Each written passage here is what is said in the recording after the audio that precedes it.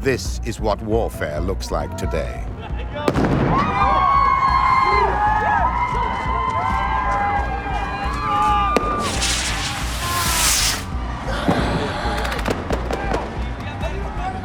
Warfare never stands still, and weapons technology needs to keep moving to stay ahead. Good to go, let's move! Go, go! Got windows, got windows!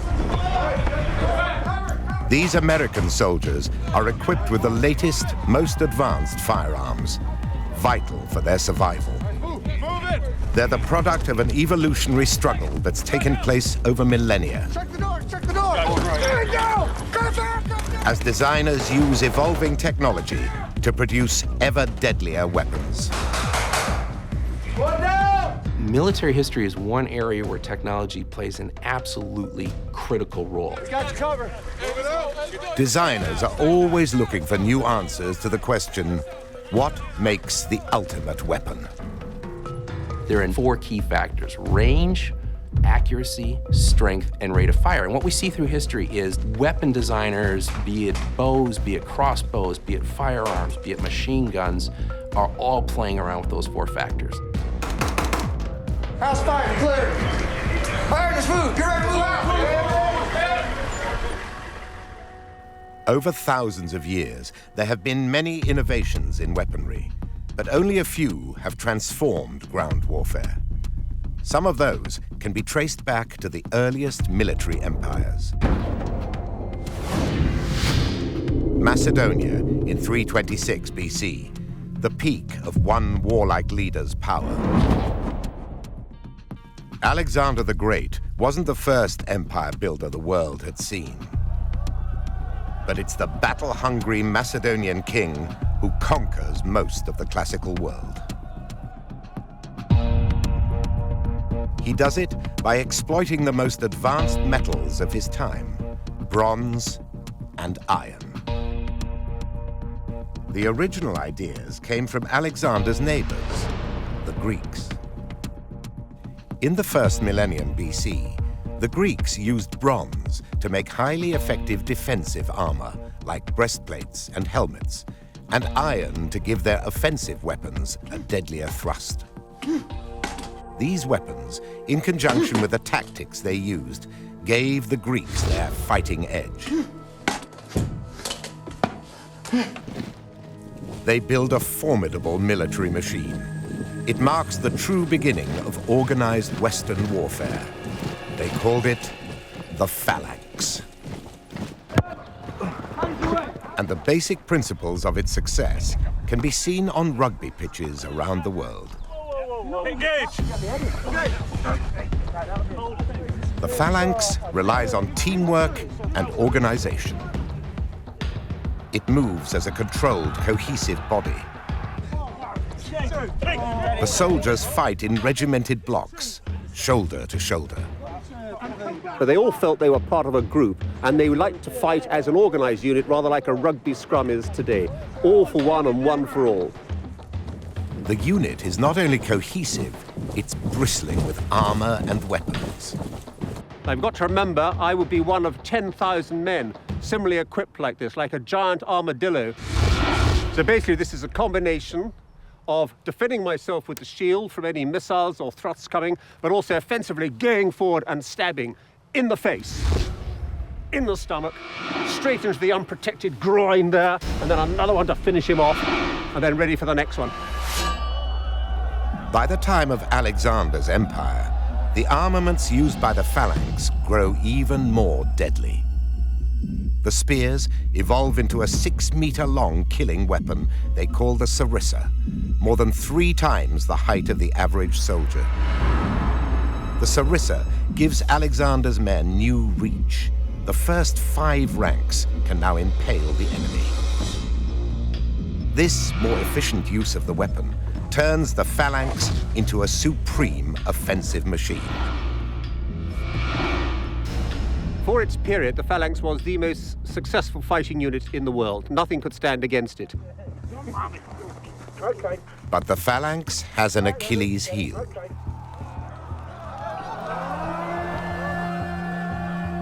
197 BC in Greece, the Battle of Cynocephaly. The classical world's coming superpower, Rome, challenges the established military supremacy of the phalanx. It is a bloody confrontation. When the Macedonian phalanx met the Romans, they were aghast, they were shocked. They'd never seen wounds like that. The Romans managed to completely hack people to pieces. Heads lying around, spleens split open, bodies hacked in half. Basically, it was a massive butcher's shop. Whilst all other armies have fallen before the phalanx, the Romans adapt their battlefield tactics to exploit its weaknesses.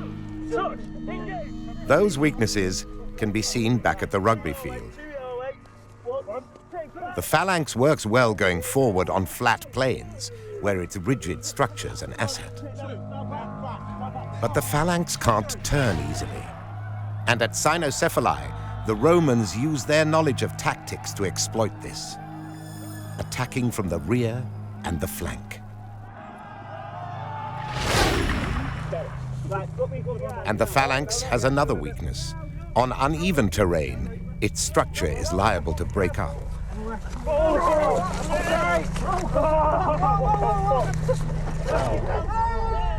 That day, the phalanx is cut to pieces, and a shockwave runs through the eastern Mediterranean.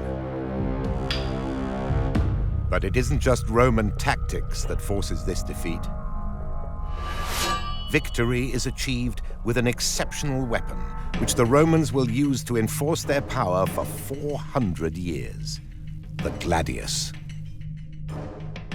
And it's made with a revolutionary new material, steel. Hard steel's produced when iron absorbs carbon from a carbon-rich material like charcoal fuel. Roman smiths create the gladius by welding together two strips of iron with a strip of steel between them.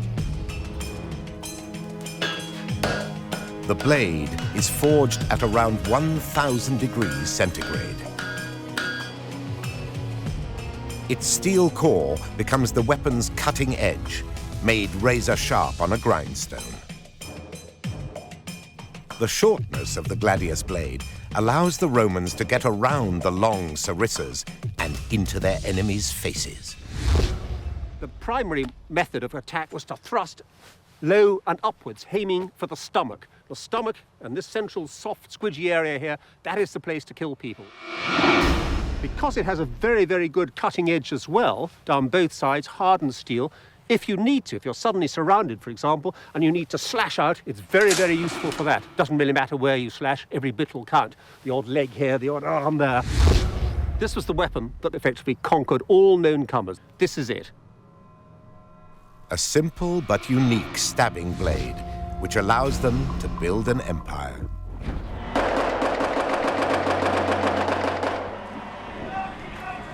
For the modern soldier, warfare has moved on from the face-to-face combat that was so effective for the Romans to long-range firearms which kill from 500 meters. The ability to strike from great distance is now taken for granted. It's been achieved through a number of inspired technological breakthroughs. And one was the bow, which used great power to propel an archer's arrow an immense distance. 1415, Agincourt, northern France. A key battle in the war between the French and English, which has lasted for 3 generations. A menacing army of around 20,000 French, many on horseback, fighting on home soil, confident of success. Facing them, King Henry V of England, with a force 1/3 the size, on foot, but equipped with something called the longbow. Archers, stretch! Stretch! From around 220 meters, the archers unleash a barrage of arrows. The French cavalry charge, but can't break through. The French come again, this time on foot, but again the English archers fill the sky with arrows. In the narrow, boggy field of Agincourt, the French attack is blunted. And face to face, against the odds, the English win the day. How King Henry and his English underdogs snatched victory at Agincourt is still a matter of conjecture. Mark Stretton thinks he knows the reason why. He's written about the bow and has been shooting one since he was 6. Stretton believes victory was the result of the longbow's ability to strike the enemy at a distance. By firing at plate armor from 45 meters, Mark demonstrates the ferocity of this medieval powerhouse. It's believed that from 220 meters, arrows wouldn't have pierced armor, but Stretton's convinced the longbow could still have immobilized the French cavalry. If a knight got hit with more than one arrow at once, the impact alone could knock him clean off the back of the horse. It's the arrow's weight that makes the difference, 1/10 of a kilogram. If we take a 7-pound sledgehammer and swing it at 32 feet a second, it has the same impact as this arrow travelling at 150 feet a second, which is more or less 100 miles an hour. But in order to turn this into a battle-winning weapon, the English need something else. Specialists, man and bow melded into a unique fighting machine. The English archer is strong, but also trained to achieve the precise angle that delivers long-range, accurate fire. I know that feels too low, that feels too high, but just there feels comfortable. That is right. To achieve this fighting efficiency, there is a high price to pay. For a longbowman to have been good, that necessitated training and it necessitated years and years of training.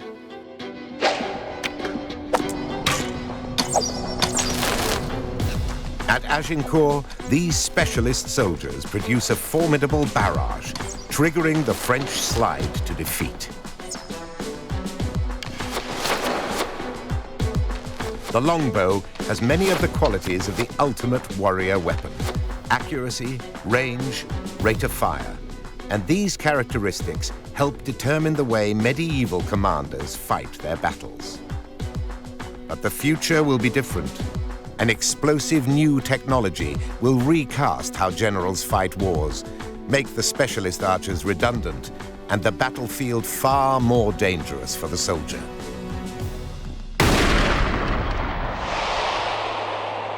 Its origins were in China, around 600 years earlier. The story has it, the emperor's alchemists were looking for the elixir of life when they stumbled across the pathway to death. Gunpowder transformed the world of warfare. Gunpowder's explosive power comes from a potent mixture. First, sulfur to increase speed of combustion. Then charcoal to provide fuel. And finally, saltpeter to create oxygen. The knowledge of how gunpowder was made migrated to Europe from the east. But the evolution of the firearm was a slow process. The first heavy infantry weapon to be used in large numbers is the matchlock musket, adopted by armies around 1500. This is a matchlock. It gets its name from the ignition system, which starts by having a piece of match or cord. This is one of the drawbacks that you would have if you're in a combat situation. Presto. Now we have fire. The matchlock can now be loaded with powder and ball. Next, gunpowder is added to the pan to prime the weapon for firing.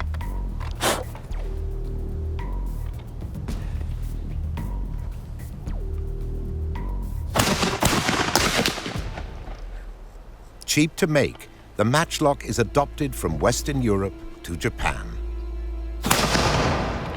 The firearm changes the balance between offense and defense. For 2,000 years, new weapons have been matched by better protective armor. But the musket ball overwhelms the powers of armor and drives it from the theater of war.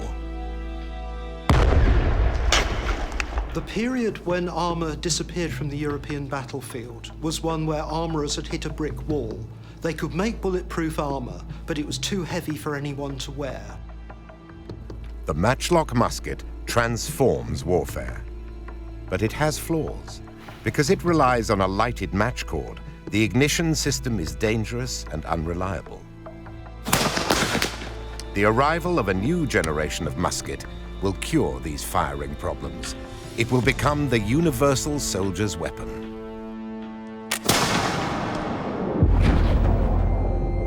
(1815).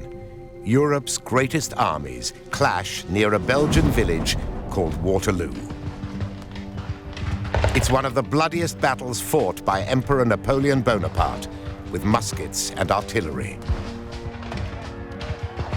In the choking smoke of battle, many soldiers can't see much beyond the end of their own weapon. In a single day, 47,000 men are either killed or wounded. And one of the reasons for these horrific numbers is the killing potential of the soldier's firearm. Most soldiers on that day are using a weapon called the flintlock musket, which is deadly. And one reason it's so lethal is a highly reliable ignition system. When the trigger's pulled, the flint strikes the metal frizzen or strike plate, producing sparks which detonate the powder charge in the pan below. This flame ignites the main powder charge, launching the musket ball down the barrel. The effect of musket technology is to cheapen the life of the ordinary soldier, because he's easier to replace. A musketeer can be trained to stand firm and fire in a matter of months, compared to years for the highly skilled longbow archer. War became more of a mass production enterprise in which the soldier was a small cog in a very large wheel. In a typical exchange of musket fire, commanders push their troops up close to the enemy in densely packed lines. It's the soldier who pays the price. There's a lot of fire and the overwhelming noise from all the guns discharging, artillery firing, the moans of people who have been wounded. All of this would contribute to a sense of confusion. And the scary part for you as the soldier is you have to stand right out in the open and attention with your enemy facing you maybe 50 yards away and all those muskets pointed at you. It had been absolutely horrifying. But the commanders don't sacrifice their men out of malice. Musket tactics are determined by the weapon, which was accurate to only 50 meters. It's this reality which makes the generals fight at such close quarters. What was needed was a gun which would allow soldiers to engage the enemy from further away.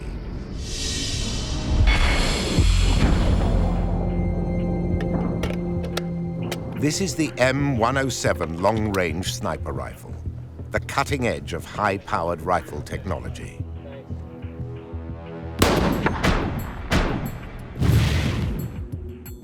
A gun that's capable of killing from a distance of 2,000 meters. Today, in military operations, this kind of pinpoint accuracy is the norm. We've arrived at this sniper's rifle via a chain of events which started in America's Revolutionary War. George Washington sees the military potential of a weapon which for nearly 3 centuries has been used mainly for hunting. These rifles were incredibly effective at 100 to 200 yards, and Washington knew this in the American Revolution.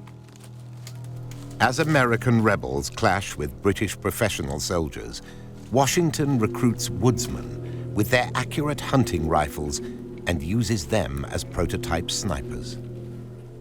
It was almost like a terror weapon. It was good at hitting individuals. That's the beginning of a sniper's culture, where you start to pick out a target of high value. And he stalks that individual and shoots him. The rifle is so accurate because of a unique feature, which is best illustrated with the spiral pass, a technique used by American football players. The quarterback rolls the football between fingers and thumb as he throws it, causing the ball to spin in midair. One of the basic principles of physics is that a spinning object resists any change of direction, and the net result is greater range and, crucially, accuracy. It works for the football quarterback, and it works in ballistics. If we compare the barrel of a rifle with a musket, we see that the musket is smooth on the inside, hence the name smooth bore. But a rifle barrel is scored with spiral grooves. It's these grooves which make the bullet spin as it leaves the barrel.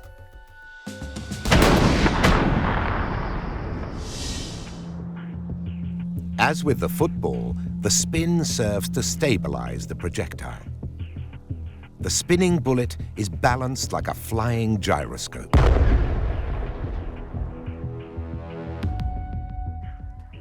But before the rifle can take its place as a universal battlefield weapon, technology has to solve another problem. The rifle is very slow to load because of the tight fit of the ball in the grooved barrel.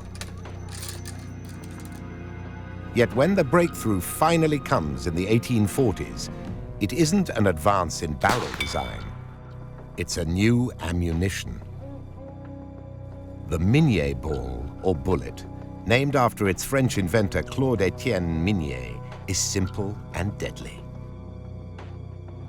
4 grease-filled grooves made it easy to load, but the bullet's genius is in its hollow base.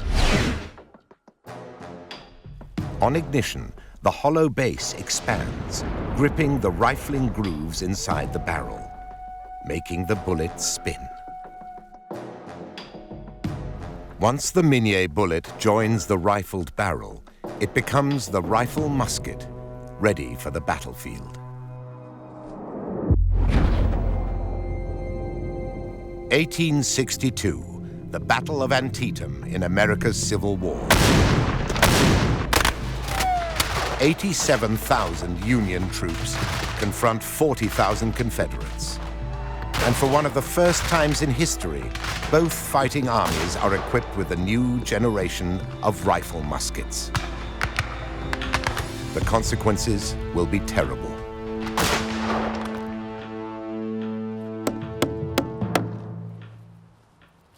Here we have 2 weapons that were used during the American Civil War. This is a smoothbore musket firing a round ball. This is a rifled musket firing a conical Minié bullet. Old and new technologies compete head-to-head in an accuracy test, 6 shots apiece at 70 meters. First, the smoothbore musket.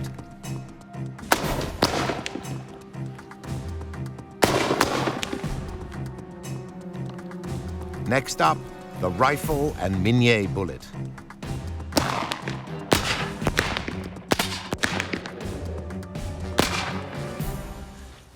Okay, smoothbore, 69 caliber, may have broken both arms, but there's only 2 hits out of 6 shots. We're out past the effective range of this of a guy hitting who he's aiming at. And that creates problems when you're trying to kill people. Now the rifle. First 3 shots, this guy would lose his arm. Up here, probably his collarbone. This is probably close to a gut shot up on the hip. You've reduced the fighters by 6 men. Here you've reduced them by 2 men. So all 6 shots in the target. At 70 meters, the rifle is 3 times more effective than the musket. So you can load this weapon almost as quickly as a smoothbore musket, but it fires very accurately. And that makes weapons incredibly deadly. Not only are the new weapons more deadly, they arrive at a time when they can be mass-produced. In the decades leading up to the Civil War, at armories like Harper's Ferry, Virginia, a revolution has taken place, driving weapons production forward with the power of industrialization. Individual craftsmen are replaced by machines. Lathes carve rifle stocks. Machine tools copy gun barrels. And the outcome is standardization, identical firearms with interchangeable parts. And as the country surges towards the bloody reckoning of the Civil War, the repeater rifle uses a metal cartridge to combine powder and bullet with a magazine. This produces an accelerated rate of fire, one shot every 3 seconds, which will also leave its mark in the war. At the Battle of Antietam, one tiny field changes hands 15 times in firefights that kill around 2,000 men. By the end of the day, there are 23,000 casualties, the single bloodiest day in American military history. And while it isn't the only factor, the accuracy of the new rifle musket plays its part. And this weapon goes on killing, even after the battle was over. Many of the victims injured by rifle fire will later die of agonizing infection. Today, modern ballistics tests can reveal one reason why. George Wunderlich, Executive Director of the National Museum of Civil War Medicine, is also a firearms expert. He'll shoot both weapons into ballistic gelatine blocks, which react like human tissue. We're going to see if this will help tell us what were the doctors actually seeing in the wounds they were treating during the course of the war. First, the smooth-bore musket and ball. Next up is the rifle and Minié bullet.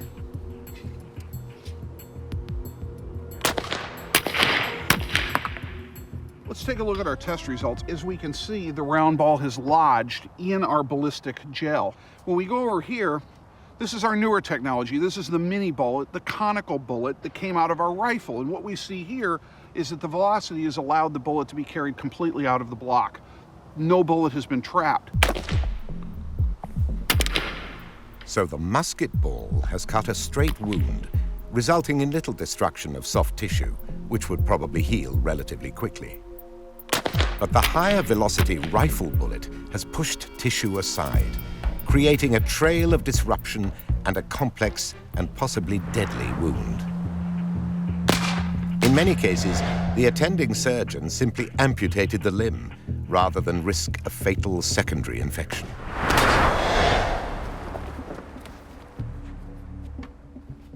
Battlefield commanders also play a part in the bloodbath of the Civil War. They are slow to adapt to the new military landscape.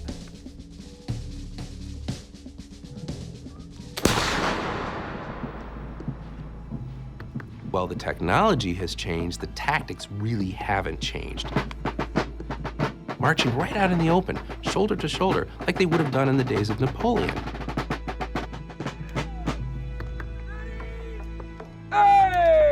Even in Napoleon's time, this was dicey. In the age of rifled muskets, this was suicide.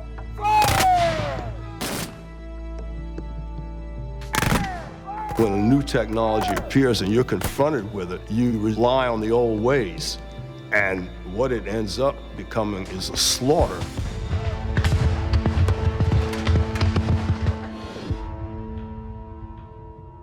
Finally, the defense responds to the power of the new offensive weapons. Both armies begin to dig trenches to take shelter. Trenches which foreshadow the events of World War I. As soldiers return to their fields and towns, the industrial processes which have revolutionized weapons production can now be applied to a new consumer market, from sewing machines to locomotives. not just firearms, but all kinds of different products begin to copy that idea of making interchangeable parts. We're not quite at Ford's assembly line, but we're on the way there. There's always some, we can call it a rake-off, some benefit to society. It's perhaps ironic, though, that we always seem to feel we need to start by killing people. That's the first major aim that drives us, and then we are willing to apply this to more peaceful circumstances. Today's soldiers use weapons that have little in common with rifle muskets.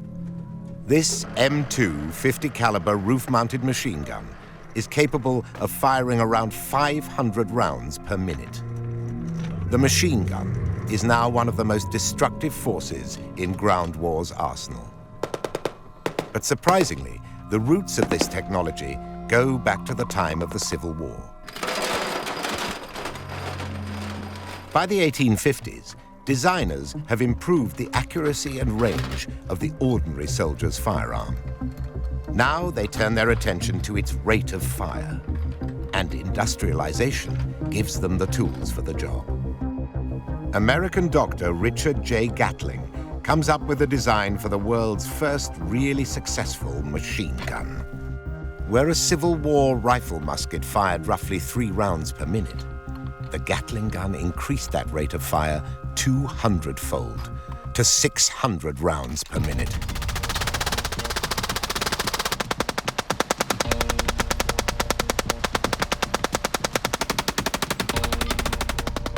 Gatling's machine gun is an imperfect prototype.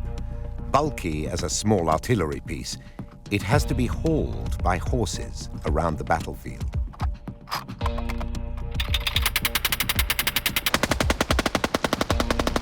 But the idea of a rapid-fire weapon proves seductive. A new inventor is needed to develop the concept. Nothing in Hiram Maxim's background gives a clue as to what his legacy might be. Born in Maine, USA, the son of a mechanic, his early inventions are innocuous. A hair-curling iron, various coffee substitutes. But in the 1880s, Maxim leaves America for Europe. It's said he was told if he wished to make his fortune, he should invent something that allowed Europeans to kill each other more easily. Maxim obliges and creates one of World War I's most infamous weapons, the Maxim gun. The great technological breakthrough is that it doesn't rely on a crank handle. It's self-powered. The gun's recoil forces back the firing block. In one motion, this draws a new bullet from the belt and a spent bullet from the firing chamber, pushes the new bullet into the firing chamber and ejects the spent cartridge. And it does all this 600 times a minute. Which is why it needs a water-filled jacket to keep the barrel cool. The Great War of 1914 is looming, and new customers stand in line to purchase the weapon, including Germany. The Maxim gun is truly an international product, and its impact on World War I's front line is of raw killing power. The Battle of the Somme on Europe's Western Front. At 7:30 a.m. on July the 1st, 1916, the first Allied soldiers go over the top. The infantry are ordered to cross no man's land and assault the German trenches. They've been led to believe the German defenses have been destroyed by artillery. But that isn't the case. It's a massacre. The battalions that attacked at the Somme basically stood up and walked into German fire with full packs on their backs. The German machine gunners are so horrified at this that they're waving at British soldiers to go back. And then when they realize they're not going back, they gun them down. One regiment at the Somme loses an unimaginable 92% of its men.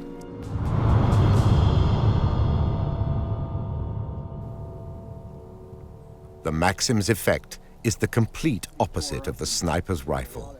This is volume, not accuracy. You see where the rounds are hitting or impacting out there. You don't even have to aim. If you have a line of troops coming towards you, you merely keep shooting where you see those fellows falling, and you keep shooting into them. The gunners also learn to increase their kill rate by a tactic called interlocking fire. Seen from above, Maxim gunners sweep the battlefield from side to side. Where their zones of fire cross, soldiers face double the numbers of incoming bullets. The combination of the machine gun with trenches, artillery, and barbed wire define the course of the Great War. A defensive stalemate where an individual soldier's death is a statistic.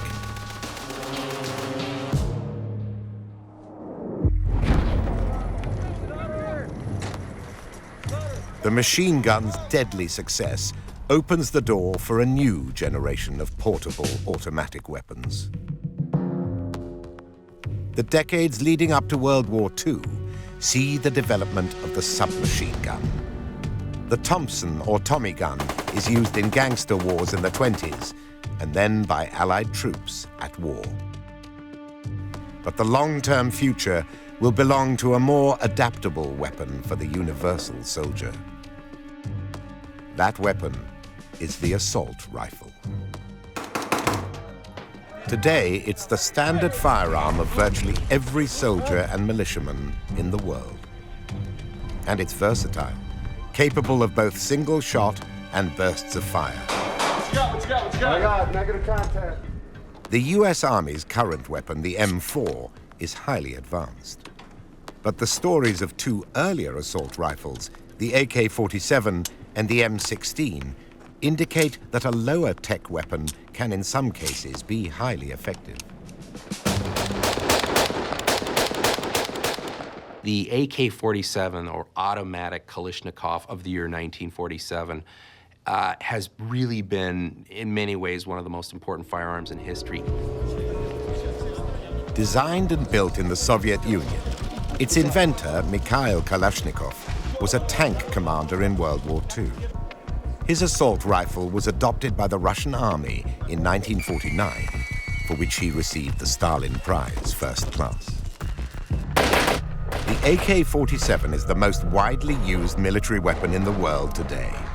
Up to 100 million are thought to have been sold.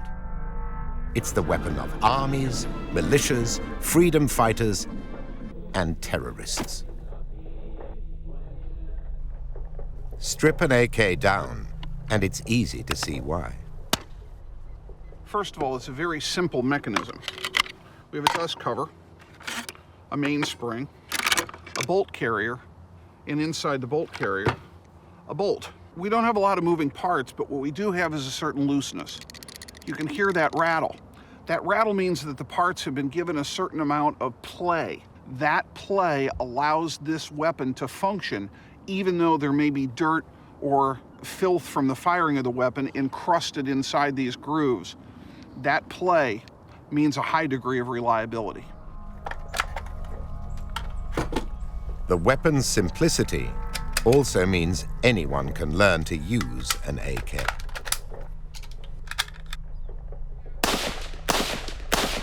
It's the guerrilla weapon of choice everywhere because it is the great equalizer with people whose societies are not as technologically inclined, and you see them everywhere.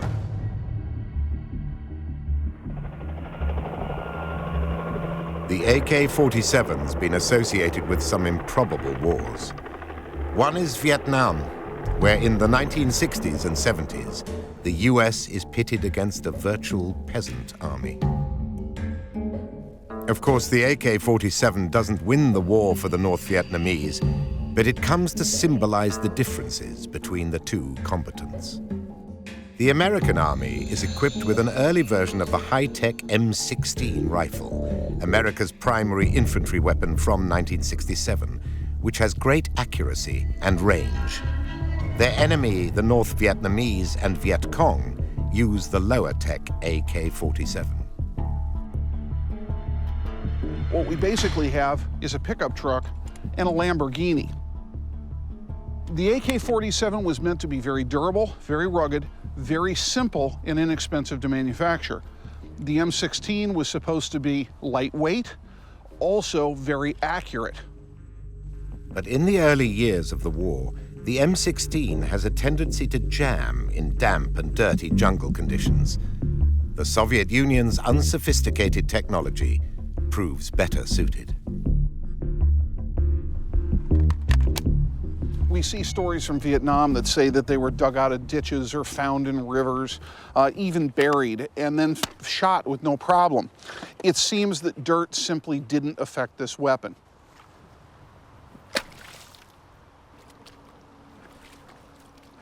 Well, now let's see if this will actually fire.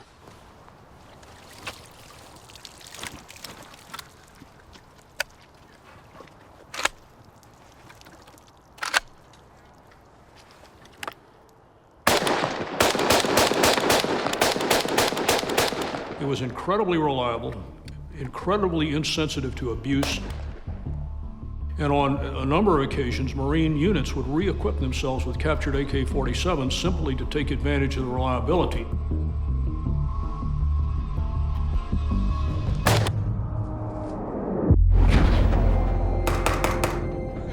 The assault rifle today has reached the pinnacle of what a soldier requires of a personal firearm. Offensive weapons, guns, are getting more accurate and more destructive. The soldier is more lethal than ever, but he's also more vulnerable to the enemy's guns. So protection is essential. And today, an ancient defensive idea has re-established itself on the battlefield because technology has advanced enough to make it effective once more. In 1965, chemist Stephanie Kwolek is working for DuPont in New York State. Her aim is to discover a material to make car tires lighter. But she stumbles across a new synthetic fiber 5 times stronger than steel. DuPont names this miraculous new material Kevlar. Its military potential later becomes clear as the raw material for body armor.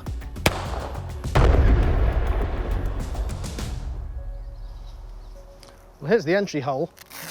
Let's see what damage it's done. Hasn't gone through. I can feel it down at the bottom here. Kevlar's strength is in its fibers, which create the effect of a spider's web. They absorb and dispense the energy of the bullet, greatly increasing the soldier's chance of survival. The soft ballistic jacket keeps out a pistol round. But on the battlefield, a soldier needs protection from high-velocity rounds. Troops use these hard ceramic plates, made like Kevlar from a synthetic substance, and one of the hardest known materials in the world. From a distance, the AK bullet appears to have gone right through the ceramic plate.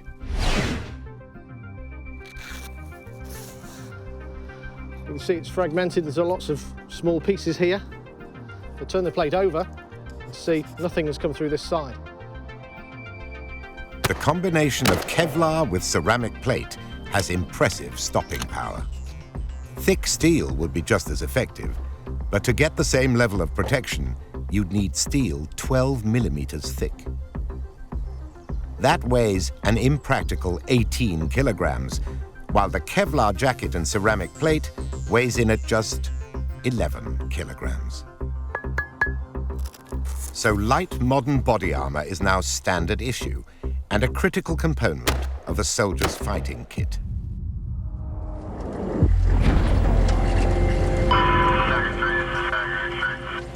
In ground war, today's warrior is equipped with battle-winning technology. His assault rifle to engage the enemy and advanced body armor to defend him from attack. But other, less high-profile technologies have had just as big an impact. 1991, Operation Desert Storm. Coalition forces invade Iraq.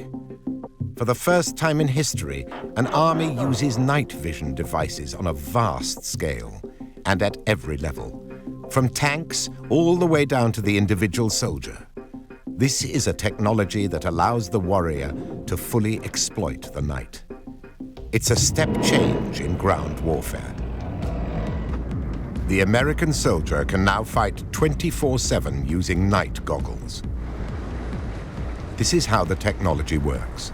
The goggles absorb minute levels of ambient light from sources such as stars and multiply it. The soldier is able to see images through the lens situated in front of his eyes. And he can use his goggles while looking down a rifle sight at an enemy. It's a similar but superior technology to the night scope used by snipers with police department special response teams. Lights! With our own night vision camera, we can follow the action. Through his goggles, this green image is what the soldier sees. But without goggles, this is what his enemy sees.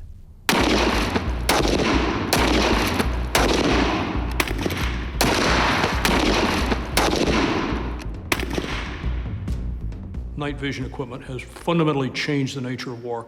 It has changed the United States Armed Forces from a force that prefers to fight by day to one that prefers to fight by night.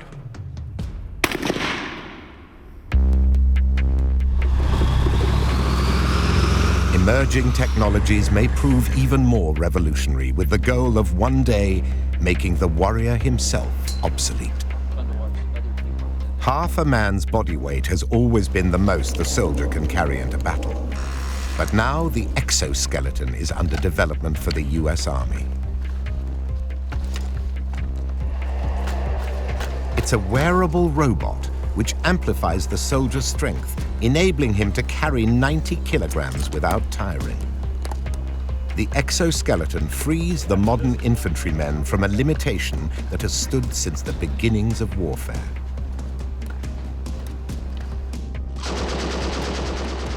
But perhaps technology's ultimate goal will be to completely replace the warrior on the battlefield. Now you have devices being developed that could go into a building, into an enclosed area, be armed, and be able to take on an enemy combatant without exposing the operator. The armed, remotely controlled robot opens the door to a more sinister future. A battlefield with the hallmark of science fiction. The Pentagon has determined that by 2015, a full 30% of the US Army's fighting capacity on the ground will be delivered by robots. In a future where you will have our robots fighting their robots, I think that's entirely possible. I think you're going to begin to see that in ground war. I think it's inevitable as that technology improves. Inevitable, but also controversial. The idea of an autonomous robot, an autonomous armed robot, being able to move about the battlefield and make its own decisions, that's something a lot of people are leaning away from. They don't want to see it come. There has to be a human in the circuit. There has to be a man who says, this is when you pull the trigger and this is when you don't.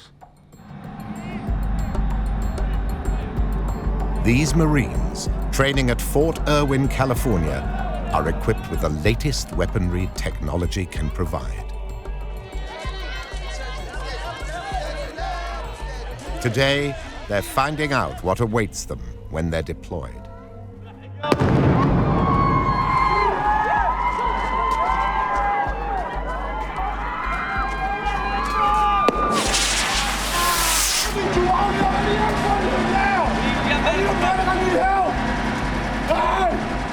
On today's battlefields, soldiers have to be ready to face war at any level, at any time. vicious roadside bombs, and sniper attacks as they struggle to evacuate the wounded. This is the reality of modern warfare, as brutal as any in the last 3,000 years. Throughout history, men have looked to technology to gain the decisive edge. History also tells us that technology means little without tactics and human judgment. But when all those elements are present, the result can be irresistible. And the armies of the future will depend on that for victory.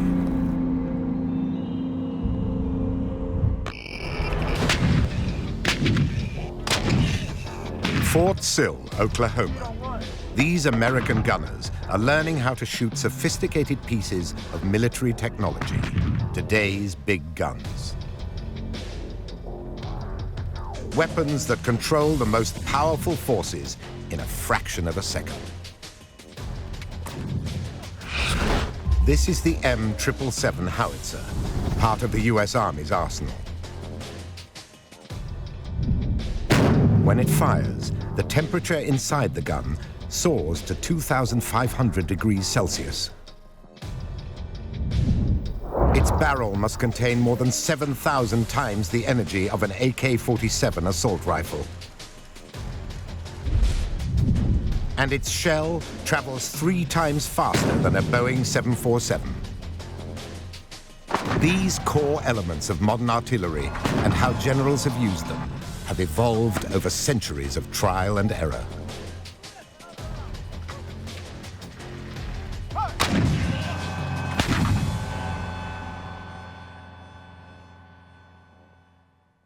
Before artillery, there was the bow and arrow. But the bow was only as powerful as the archer. There's a limit to how much the human body can pull the bowstring, and also the length of the human arm makes the range and strength of discharge essentially very limited. Artillery took warfare beyond the limitations of a soldier's reach. Its evolution, to begin with, was a constant quest to increase range.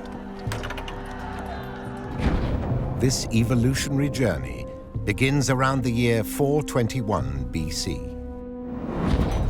In southern Italy, an ancient Greek force deploys a new kind of weapon against an Italian tribe. It may have been the very first artillery piece used in warfare, the gastrophetes.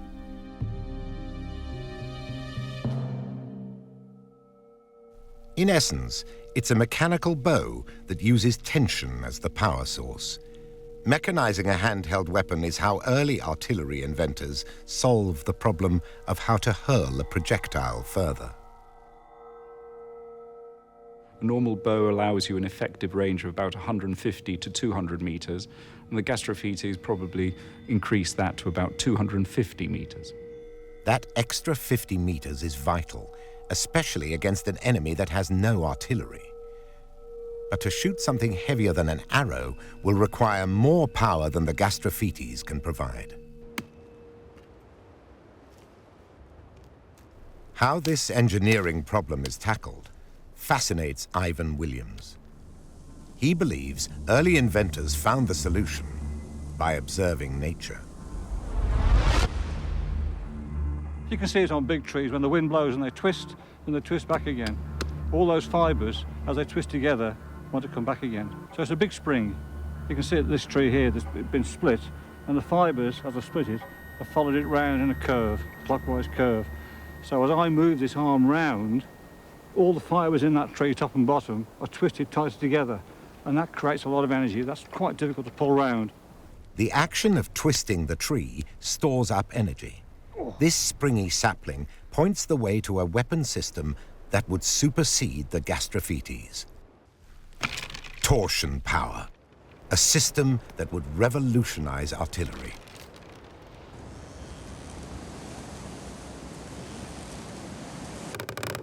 Wood, fiber, even human hair can be turned into rope, and all can be used as the power source for torsion artillery. What you have to do is to crank it round, turn it round, spin it round somehow, rotate it so that you're harnessing that inherent natural force, control it, and then release it at precisely the right moment. The ancient Greeks built and tested various torsion artillery pieces in the 4th and 3rd centuries BC.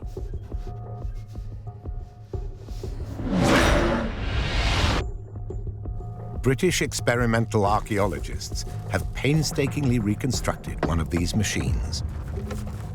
It's called a ballista, and its capabilities are a step up from the gastrophetes. We want to throw heavy rocks, 30 pounds and more, 60 pounds. So to do that, a different power source is required.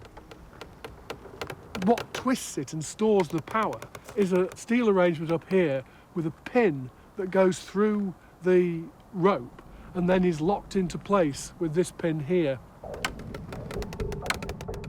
Torsion power means that for the first time, heavy stone missiles can be shot over long distances.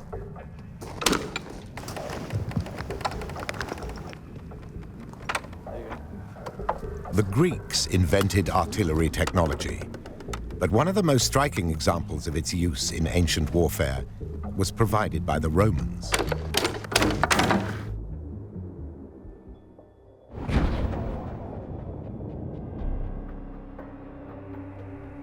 It is the year 73 AD. The fortress of Masada in today's Israel. Rome's 10th Legion lays siege to a force of Jewish rebels holed up in this lofty stronghold.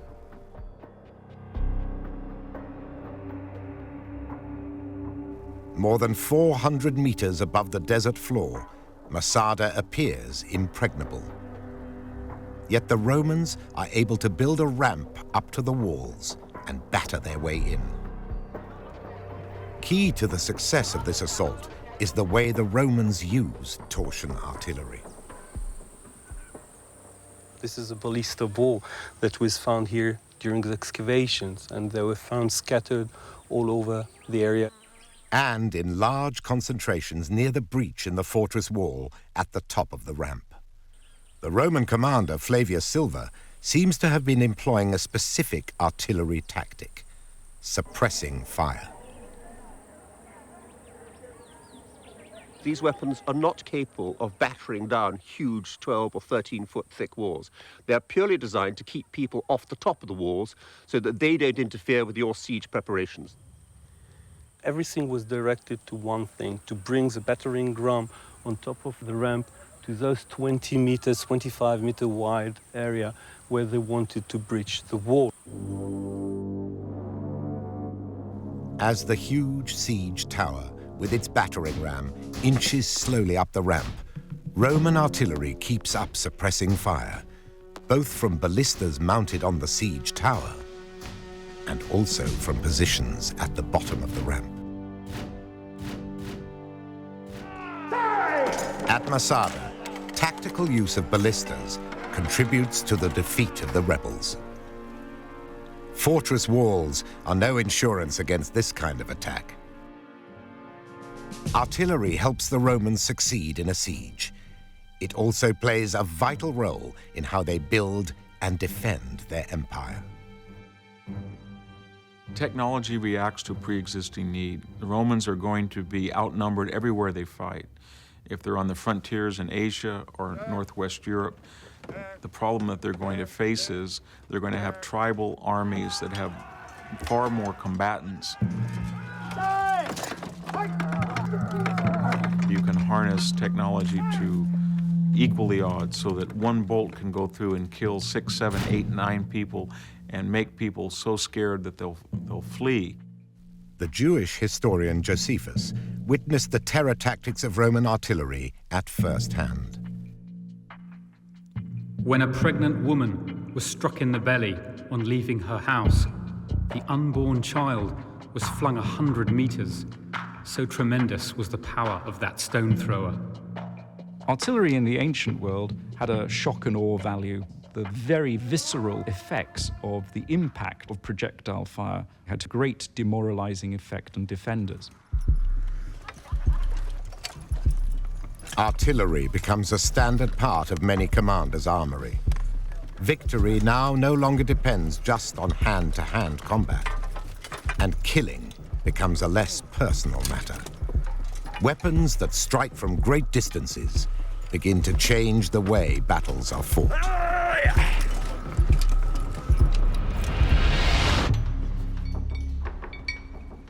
At this gun factory in Mississippi, engineers are building M777 howitzers.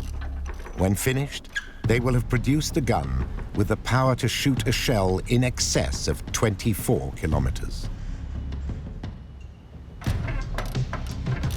That's 80 times further than the torsion-powered ballista. Just as engineers today try to maximize the range of modern artillery, so the inventors of the past tried to increase the distance their weapons could achieve. In the 12th century, a new kind of artillery appears on the battlefield, the counterweight trebuchet, the most powerful weapon the medieval world produced, an invention that surpasses what torsion technology had been able to achieve.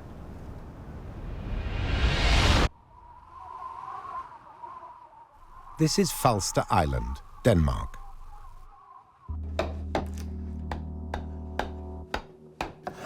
Home of the medieval center. Here, men are busy recreating the technology of the past. Engineering trebuchets is one of their specialities. Believed to have originated in China around 400 BC, the early trebuchet seems to have been a simple device like this. Soldiers pulled on ropes to propel a missile from a sling. Knowledge of this technology traveled westwards. Now, when did it come to Europe? That's a real question. We really just don't know. But in the Crusades, we see the true origins of the trebuchet that we know today. The trebuchets used in the Crusades are a much more advanced machine that use a mechanical counterweight to shoot projectiles.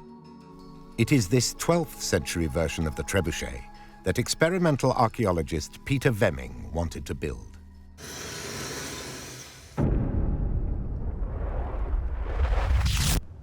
This one is 22 meters high and works by releasing a counterweight that can weigh the same as 4 SUVs.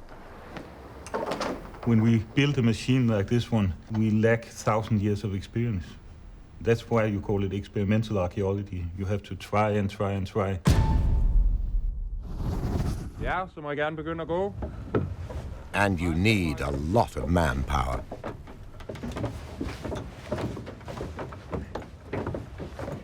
As the men inside the wheels walk, they winch a rope and pulley system that slowly raises the counterweight. Meanwhile, a distant floating target is pushed into place, nearly 400 meters away.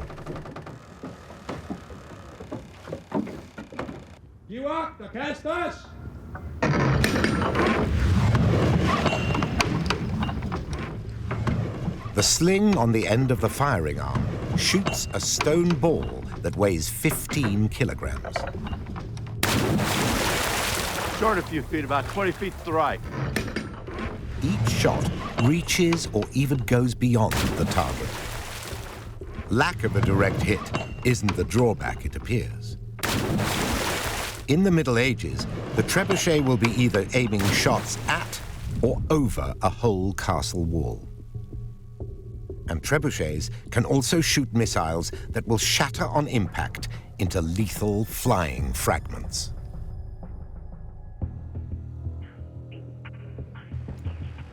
Eyewitness accounts suggest they are also used as a terror weapon. We get these stories of them launching things over the walls. Barrels with oil that they could ignite.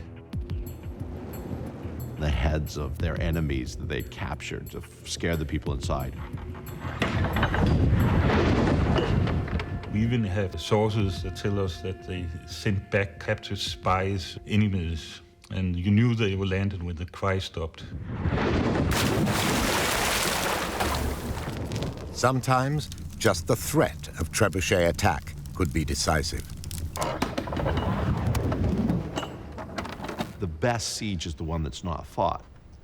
If you have this big, huge device that launches things over the walls and into the walls, and the sound is incredible, and fires start, and people are going to say, we've had it. We're surrendering now. It's done.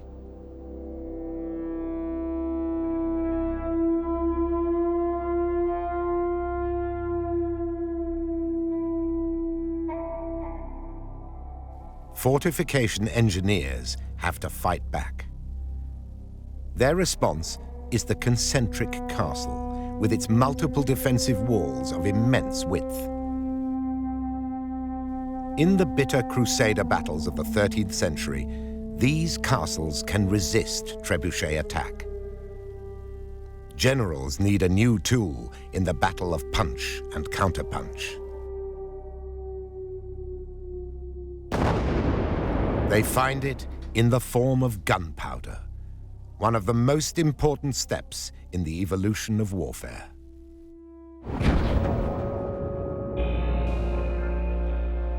France, 1324. The city of Metz is under attack from feudal lords armed with a new weapon. A minor battle, but it's the first recorded use of gunpowder artillery.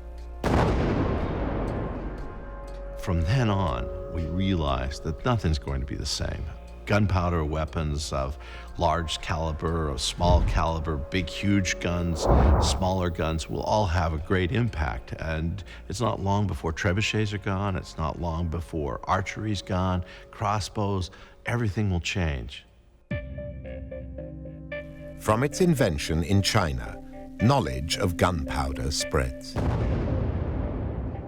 But it is the marriage of gunpowder with a barrel that made this such an important moment in the evolution of artillery. The problem is how to effectively contain the energy of this propellant inside the gun barrel. The material the barrel is made from is fundamental. When you're developing something new, you try all sorts of things. You would have tried anything to hand, and of course, at an early stage, you might have tried bamboo. This 10th century Chinese illustration shows Buddha being attacked by a demon, wielding what could be a gun barrel made from bamboo.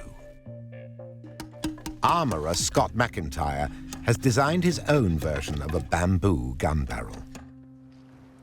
Here I have a typical projectile, which is actually a papier-mâché ball, and behind that there's a gunpowder charge. If that is actually inside a tube, when this charge is ignited, it will build up an awful lot of pressure. McIntyre's tube will be a hollowed-out piece of bamboo. That's pretty much there now. There's just a few more small pieces, but yeah, that looks pretty good. The bamboo barrel needs to be securely strapped down before it's fired. Projectile will be loaded in down to here. There's a bung in here which will then contain all the gas. As it expands, the projectile will travel down the barrel, exiting the muzzle here, and hopefully reach our target over there.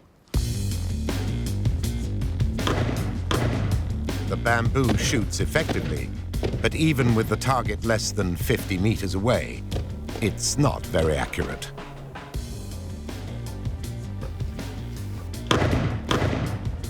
It takes 5 shots to get 1 on target.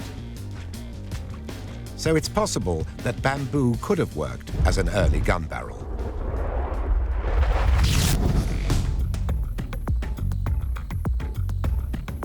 Today's artillery barrels deal with incredibly powerful forces.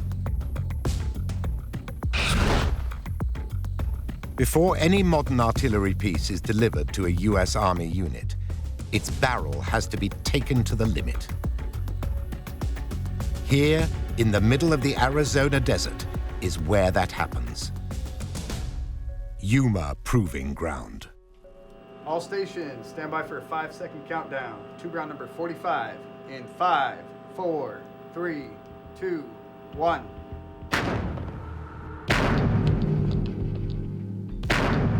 Each M777 has to perform at the maximum pressure the gun barrel has been designed for.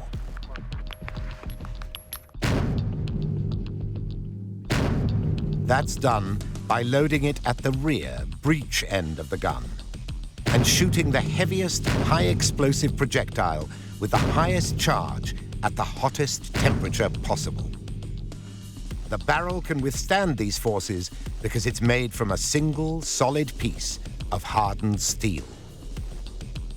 500 years ago, the technology of the barrel was more advanced than bamboo, but nothing like as strong as a modern gun barrel.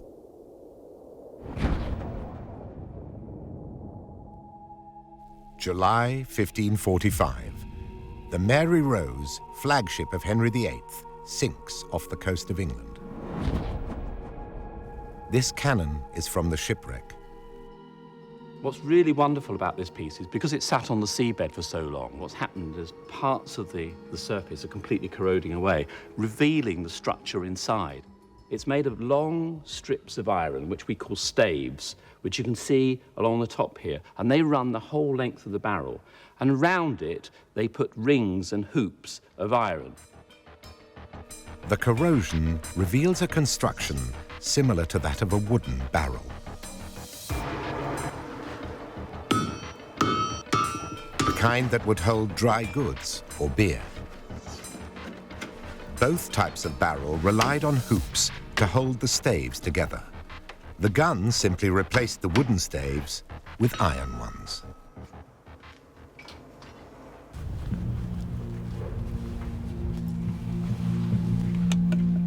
But there is a potential weakness with this method. When this experimental gun fires, explosive gas leaks out through the wooden staves. This kind of flaw was common in hoop and stave iron guns and could be disastrous. Every shot had the potential to explode the barrel and kill all of those standing around the weapon. What you're really looking for is a material, a piece of artillery, which is a very good, solid, continuous piece of metal. And the skills to make this kind of metal were to be found in a traditional branch of craftsmanship, bell founding. At this foundry in Loughborough, England, they cast bells in the medieval way, using molten bronze in a mold. In 14th century Europe, this technology is adapted to casting gun barrels. All you've really got to do is make a different form of mold. You already have the furnace, the technology and the knowledge of bronze to do it. By the mid-15th century, big guns can be made from a single piece of bronze. Gunpowder artillery has diversified, both in size and power, in purpose, in metallurgy. People are starting to understand, generals and leaders are starting to understand how valuable guns are.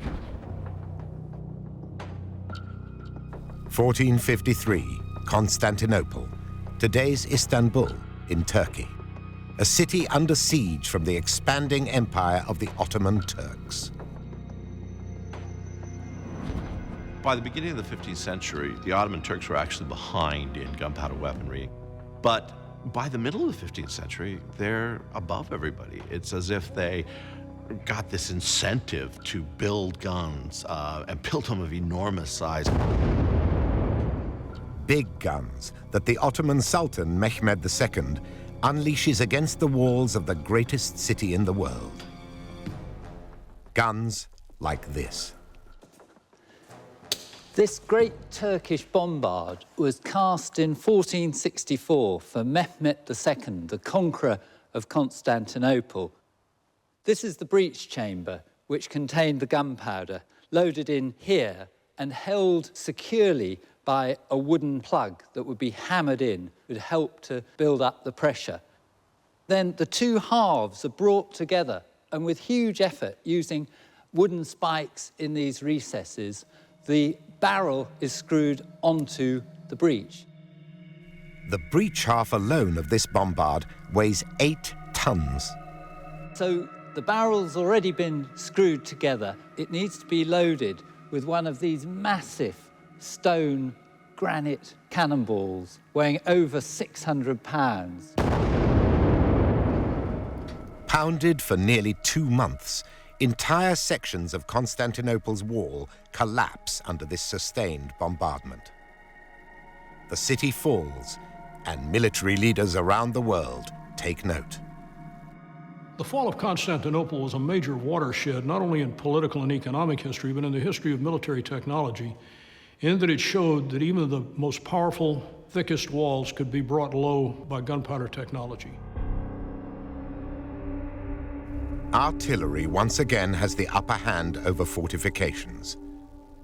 Yet gun barrel technology hasn't eliminated defects in casting. Gun barrels cast like bells have proved themselves stronger than hoop and stave guns, which had leaked gas, but they still sometimes explode. Before around 1470, cannons cast in bronze were cast with the breech of the gun, the back of the gun. They were cast vertically, and the breech was at the top and the muzzle was at the bottom. The problem was, when you poured it with the breech up, the impurities tended to gather at the top. So, of course, the impurities, the gaps, were in that part of the gun where the explosion happened. So you always had inherently weak guns. What someone realized you could do is you could turn your cannon over, and you now cast it with the muzzle up and the breech at the bottom. So the best metal, the best casting now, is at the bottom, at the back of the cannon where the gunpowder was. Guns are now a lot safer for their crews. And while bronze barrel technology leaps forward, so too does gunpowder. This is corned or grained gunpowder, a result of refining the gunpowder production process in France in the 15th century. When you have grained powder like this, the first grain to ignite generates a flame which shoots between adjacent grains. What this means is you can get powder that burns seriously fast. The right-hand trail is typical of gunpowder of the early 1300s. The one on the left contains corned gunpowder. Watch what happens when the two trails are lit simultaneously. Firing! 4, 3, 2, 1. In just 3 seconds, the corned gunpowder trail burns right through. The primitive gunpowder takes another 38 seconds to burn to the end of its trail. When you got to corn powder, you had really good high explosive, which you could then develop a better cannon for and get longer ranges and better smashing power. It isn't just gunpowder that's improving. Now there's a gradual change in what big guns shoot, as stone cannonballs are replaced by iron. When they did develop the idea of cast iron, it obviously was the ammunition to use, because size for size, cast iron is 3 times heavier than stone. It's not going to shatter when it hits a hard fortification, and it travels through the air more efficiently. Heavy metal soon becomes the standard for artillery projectiles.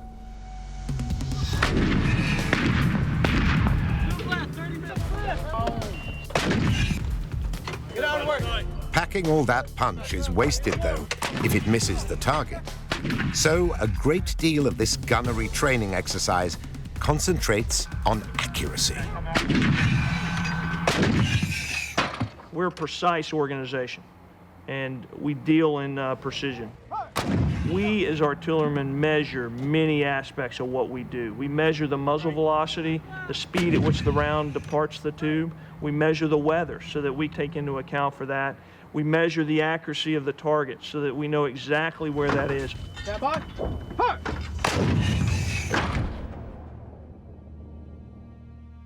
This quest for precision and accuracy begins in earnest in the 16th century Italian town of Verona.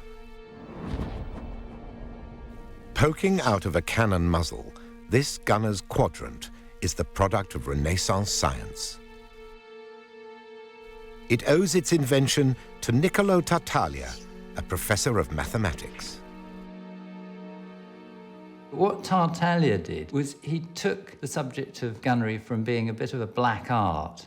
He brought it into the light of Renaissance science, and he tried to see why the cannonball flew the way it did. Tartaglia wrote down a theory based on a cannon shooting on a flat trajectory with 0 degrees of elevation. And this more than 120 years before Isaac Newton arrives at his theory of gravity. There was no developed theory of gravity in Tartaglia's time, but what he realized was that the cannonball would start to fall from the muzzle of the gun as soon as it was fired. He also worked out mathematically the angle of elevation needed to achieve the maximum range. At 0 degrees elevation, a shot from the cannon barrel quickly falls to earth.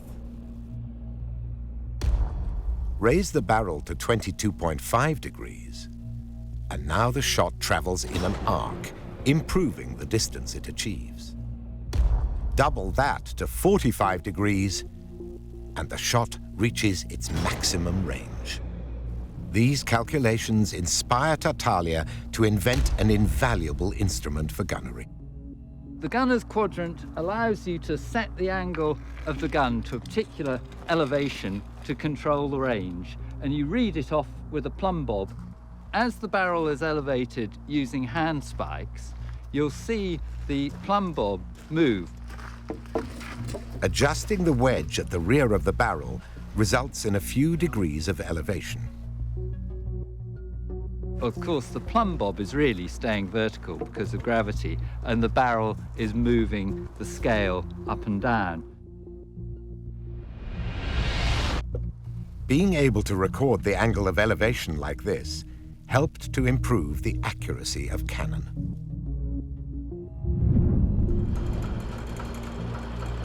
It takes the Industrial Revolution to push artillery into its next evolutionary phase. By the 19th century, this leads to the development of machine tools. Now the components of both muskets and cannon can be made with precision. Result, greater accuracy on the battlefield. One of the first times artillery demonstrates its deadlier power is in the American Civil War.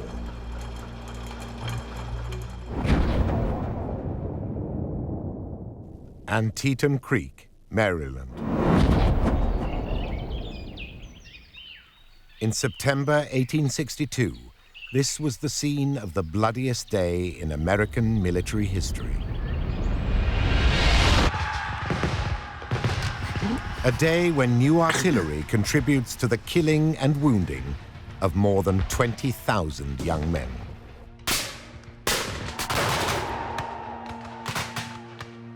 A soldier who fought at Antietam witnessed the murderous effect of artillery that day. A converging storm of iron slammed into the batteries from front and flank. Wheels were smashed, men knocked down, horses sent screaming. By the middle of the Civil War, we're seeing many rifled guns come into place. Now, what does rifling mean? It's a series of grooves that are cut into the barrel. And those grooves, if you were to look down the barrel, actually turn. Why?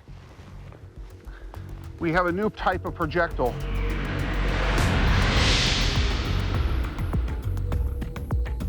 High-speed camera footage of a modern artillery shell shows how these new elongated projectiles behave in the air.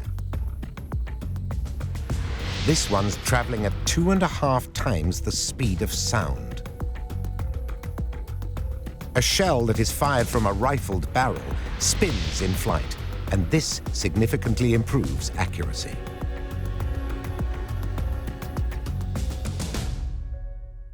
Your projectile is going to come out of this barrel, properly fitted, and it is going to continue in a perfectly straight line to its target as it spins, holding its stability the whole way.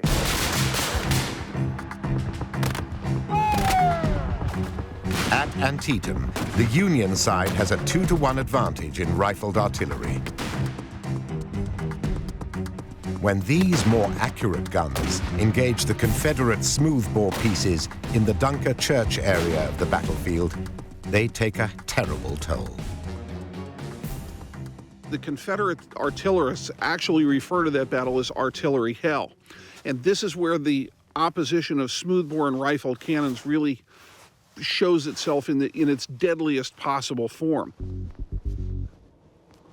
A shooting competition can show how a rifled gun can get a critical edge in accuracy over the smoothbore.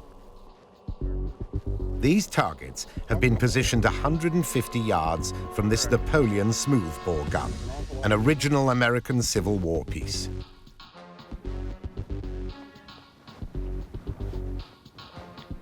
Time to see how these guns perform. Fire!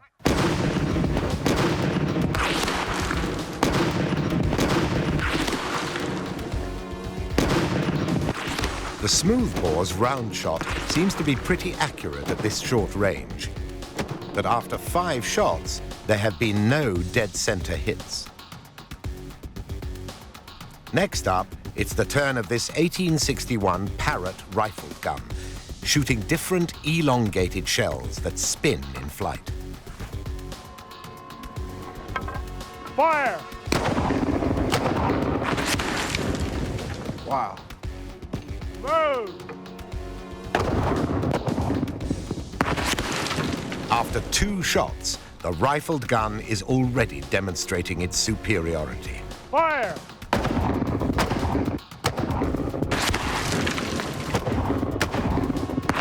Ha-ha! Right down the ball. Exactly down the center. Perfect dead center bullseye.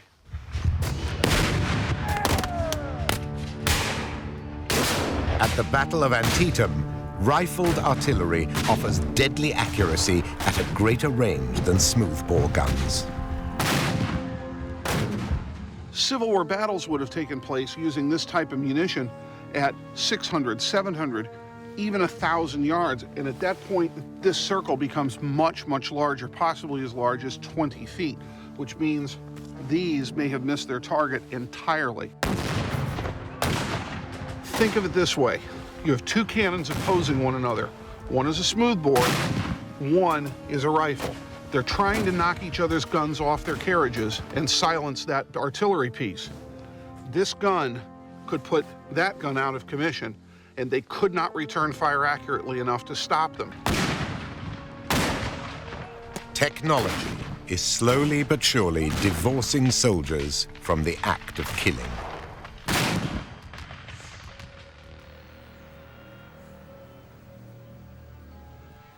The Industrial Revolution made artillery deadlier than ever.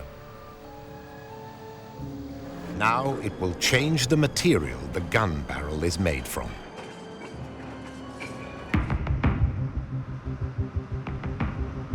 This artillery piece is being decontaminated and cleaned up to go on display at the U.S. Army's Ordnance Museum. An extremely powerful high-pressure washer effortlessly removes the old paintwork, revealing the original metal underneath. Steel. Steel has immense tensile strength, and you can also heat treat it. You can do all sorts of things to steel to make it the ideal material for building gun barrels. But up until the mid-19th century, producing a block of steel big enough for a gun barrel and with this tensile strength had defeated weapons manufacturers. Steel, to start with, is not a metal that can be used for gunnery. They made barrels of steel and they burst.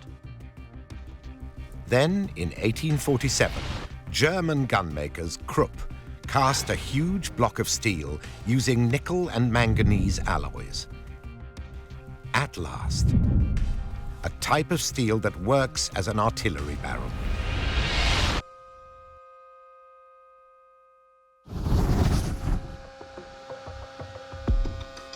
Artillery has come a long way, and is, in its essentials, very close to this M777 gun.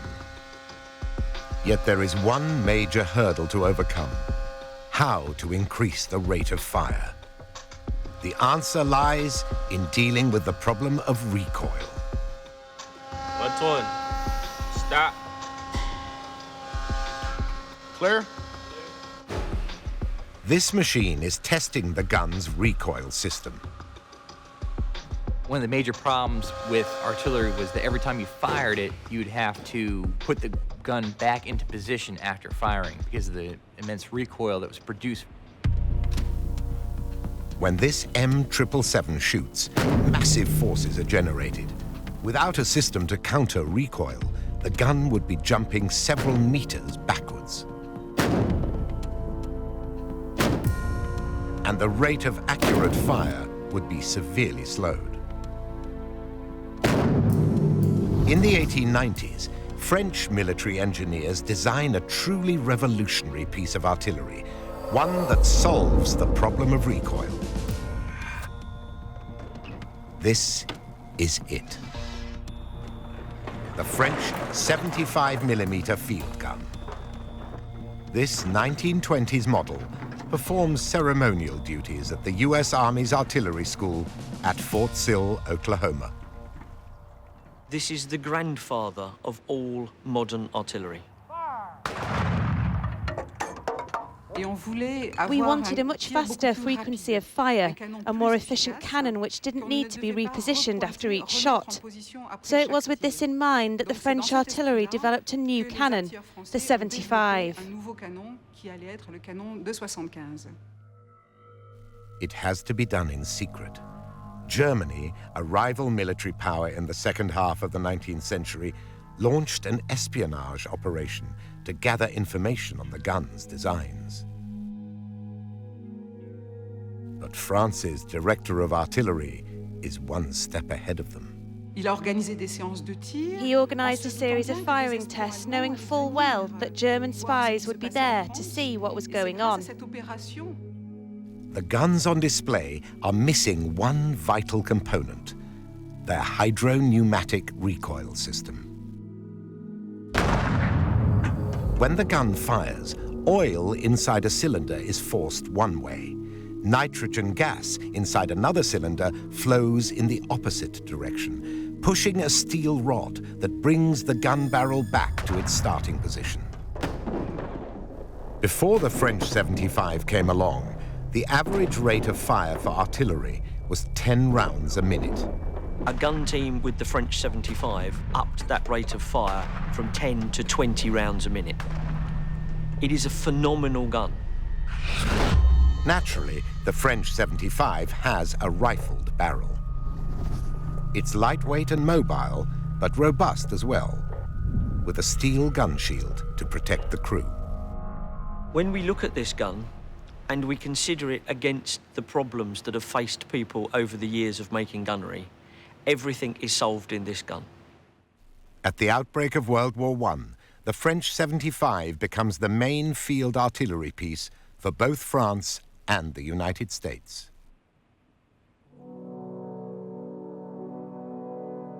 (1914), the Western Front in France. The way that artillery is now used will make this war different from all others. Artillery comes into its own in World War I because the pieces are finally big enough to have a real dramatic impact on the battlefield.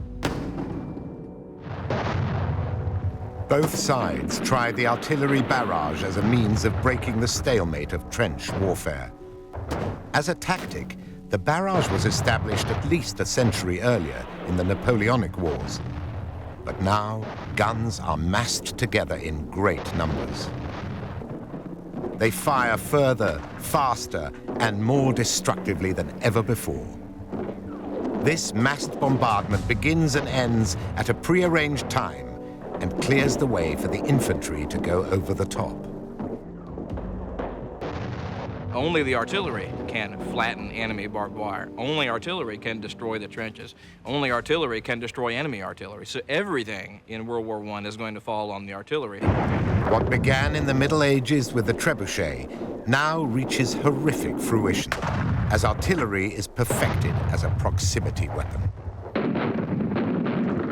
These shells that they're firing could explode into 1,000 pieces. These shells that they're firing could be airburst shrapnel shells that pepper the ground with burning pieces of lead. 1 million shells were fired in the first week of the Battle of the Somme in 1916. That's 1 million shells fired by the British alone on a 14-mile front. Thousands of Germans were killed in that initial bombardment.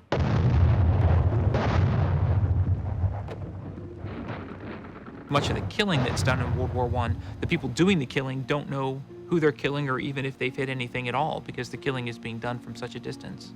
Battles now take place over kilometers rather than meters. And for the first time in history, artillery is the greatest killer in war.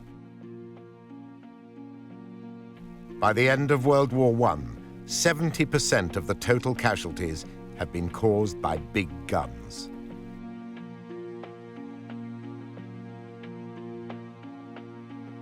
And just like their medieval predecessors, World War I generals also realize these weapons can be used to create terror.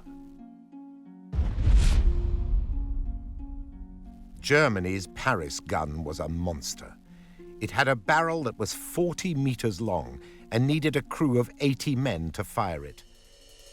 In 1918, it shells the city of Paris from a distance of 121 kilometers. To build a weapon which will fire a shell weighing about a ton that far consistently is incredible. To shoot a projectile such a great distance, German scientists have to factor in the rotation of the Earth and the curvature of its surface. That means the highest point of the shell's trajectory will reach the stratosphere. At such a height, air resistance is reduced, which enables the shell to travel further. The Paris gun was roughly twice the size of this massive German World War II railgun. Though initially successful as a terror weapon, it ultimately caused fewer than 900 casualties. In strategic terms, the Paris gun was a flop. In technical terms, it was a brilliant success. However, knowledge gained from the Paris gun's performance is invaluable. It leads to Germany's V-2 rocket program in the 1930s. There's no question that the V-2 rocket was not only the world's first strategic ballistic missile, it's the world's first space system. The ballistic missile technology pioneered by the V-2 is the catalyst for the Cold War and an arms race between the United States and the Soviet Union. Missiles, which are in effect self-powered artillery shells, can now travel across entire continents. The science of killing from great distances reaches evolutionary perfection. For artillery, the focus now switches from maximizing range to achieving pinpoint accuracy. Leyte Gulf, the Philippines, October 1944, World War II. Japanese kamikaze aircraft strike the US Navy. US scientists would soon counter this new threat with a clever artillery invention. The radio proximity fuse, the world's very first smart weapon. Now, the way this thing works is it has a small radio transmitter and receiver built into it on one unit. And it sends out a signal, and when that signal is bounced off a solid object, a receiver will pick that up. When it's close enough, the fuse triggers the shell to explode. It makes an enormous impact on the US Navy's fight in the Pacific, helping ship guns to shoot down countless enemy aircraft. The radio proximity fuse foreshadows a change in weapons design after World War II.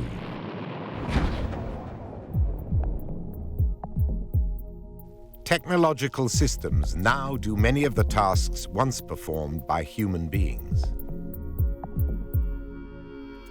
The M777, for instance, has a computerized fire control system. This enables the gunner to electronically calculate all the parameters needed to hit a target.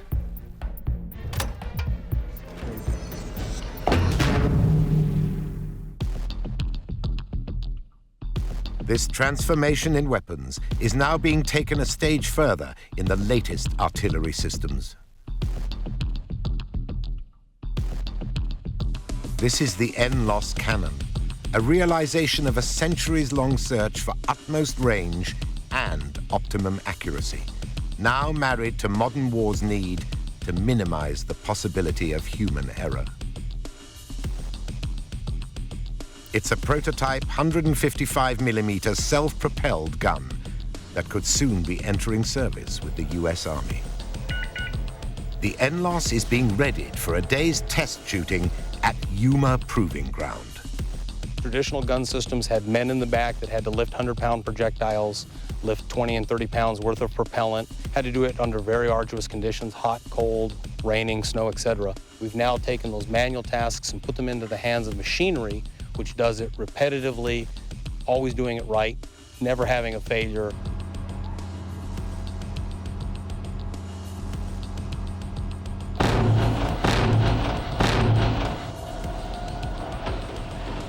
Automation is the innovation. Ammunition handling, loading, and the firing of the gun is all done by machine. Where the Paris gun had a crew of 80, the NLOS needs just 2.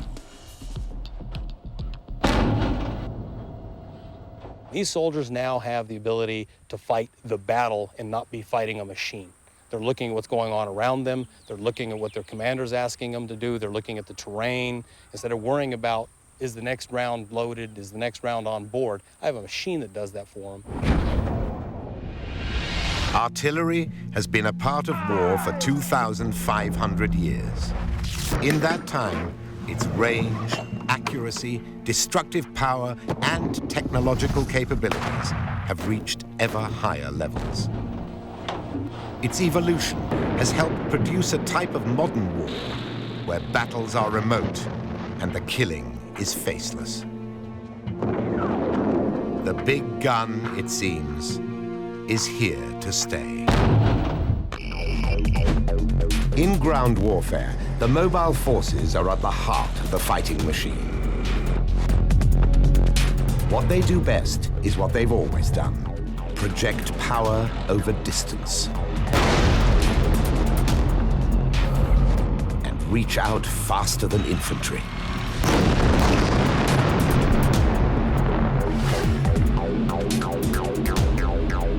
In today's war zones, the American Abrams M1A2 tank is king. It's one of the largest, most complex ground war machines ever to fight. Crushing firepower and formidable armor put it at the pinnacle of the evolution of tank technology. There are 3 primary factors that influence tank design. They are: how big is the gun, how well protected are they, and how mobile are they? The design of each involves decisions and choices. The decision to give the Abrams a big gun and thick armor makes it a heavier, less maneuverable tank. These trade-offs, so familiar to tank designers today, were already influencing the first war chariot engineers thousands of years ago. –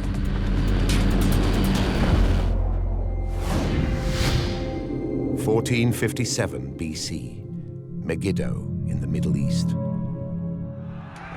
2 great armies clash in one of history's earliest recorded chariot battles. Egypt's mobile forces under Pharaoh Thutmose III shatter their Canaanite opponents. With speed and daring, they capture nearly 1,000 enemy chariots and score a dramatic victory.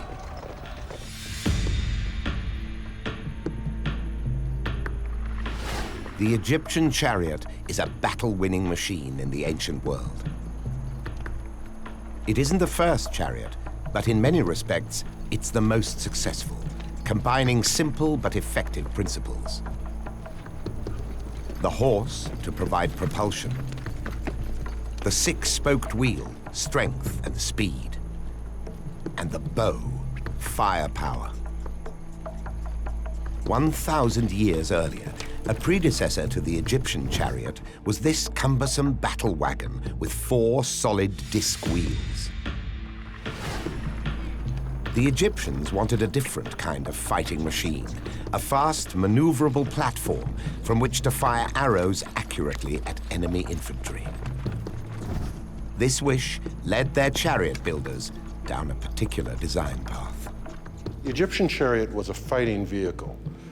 And as in all fighting vehicles, you want to make them ride smoothly so you have accuracy when firing your missiles. One of the ways the Egyptians achieved a smooth riding firing platform was through the design and construction of the wheels. These included eventually 6 spokes, rims wrapped in shrunken hide, which formed a tire, as well the fighting deck that the warrior and the driver stood on had a springy feel that absorbed a lot of the shock. Other secrets of their success can be discovered at an unlikely place. A trotting track in Pennsylvania.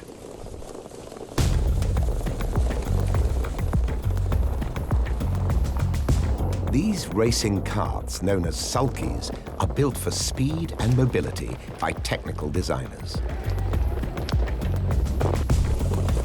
Sulky technology is highly competitive. Every detail is constructed to gain an edge on the racetrack. So the sulky is light, under 27 kilograms. And sulkies use frame tubes which are elliptically shaped, like an aeroplane wing, to minimize drag. Lightness is essential for mobility, and at around 35 kilograms, Egyptian chariots are almost as light as the modern sulky. But this comes at a price. The chariot is unarmored, so its fighting crew of 2 men, driver and archer, are completely unprotected, relying only on their speed and firepower. That's not because they didn't want to protect the individual inside, it's because they felt they didn't need to. Because any chariot was supposed to fight away from the army. They were supposed to be able to pour archery fire on somewhere from a distance. So platform mobility for the crew is a matter of life and death. Egypt's designers rise to the challenge and pioneer a highly effective design. They set the axle at the very rear of the platform, maximizing its ability to change direction in battle. These chariots had to be able to turn on a dime, stop on a dime, where other chariots are turning, spinning, and wheeling. But rapid changes of direction increase the risk of a chariot flipping. Egypt's engineers foresee this danger and give the chariot a wheelbase that's 1 3/4 meters wide, allowing it to make sudden turns without tipping over. Ancient technology has created a highly maneuverable firing platform, perfectly designed to fight at a bowshot's distance from enemy infantry. As chariot tactics evolve, elsewhere commanders begin to use the machine in different ways. As a result, the chariot itself grows large again. This titanic machine rolls across the Middle East in the 7th century BC. With 4 heavily armed and armored warriors, Assyria's chariot trades mobility for combat power, effective against light infantry. It was meant to ride directly into the infantry force, to make the driver, to make the riders all part of a military unit to attack.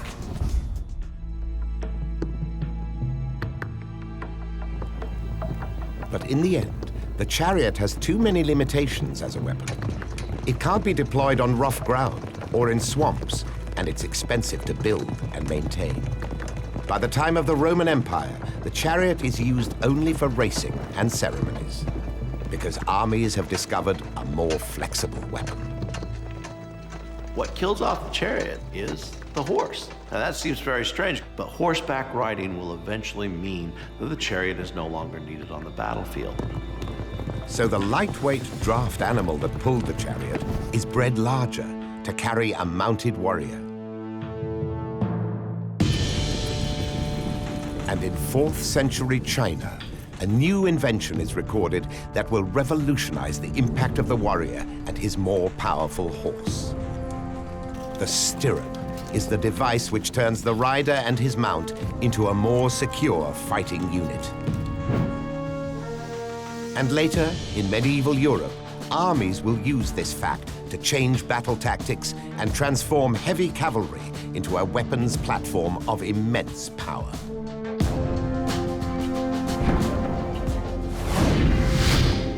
(1429), Patay in north-central France. A crucial battle in the vicious 100 Years' War between the English and the French. At Patay, the English infantry are unprepared for an attack. 1,500 heavily armed horsemen of the French cavalry vanguard sweep through their defensive lines and put the infantry to flight. The power of this heavy cavalry assault condemns the English army to total defeat.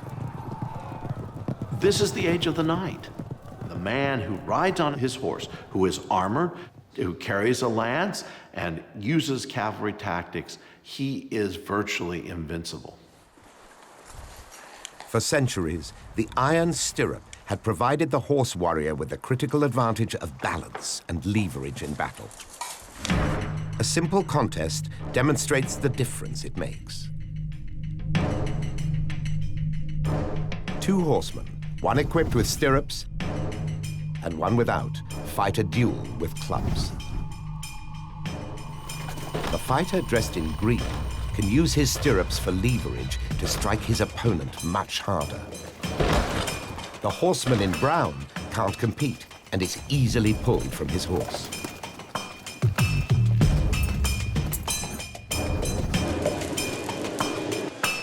When the iron-forged metal stirrup is combined with a saddle and bridle, it helps create a new kind of warrior.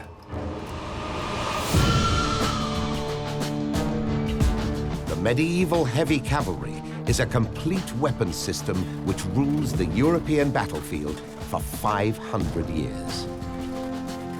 Tactically, these horse warriors are used as a battering ram. It's believed they attack in a line which sweeps the enemy aside by the sheer force of the charge. The elite of the heavy cavalry are knights, whose status and position is superior to that of the regular soldier. Knights need to buy their armor and horses. In effect, they become the mercenaries of kings and dukes in return for gifts of land. They fight their nobles' wars at home and abroad. The knights create a military culture like the Spartans or the Japanese samurai. And by the middle of the 12th century, knighthood has spread throughout Western Europe. The joust, where knight tilts against knight, is sport in medieval society. But the arena is also the place to practice the tactics for war.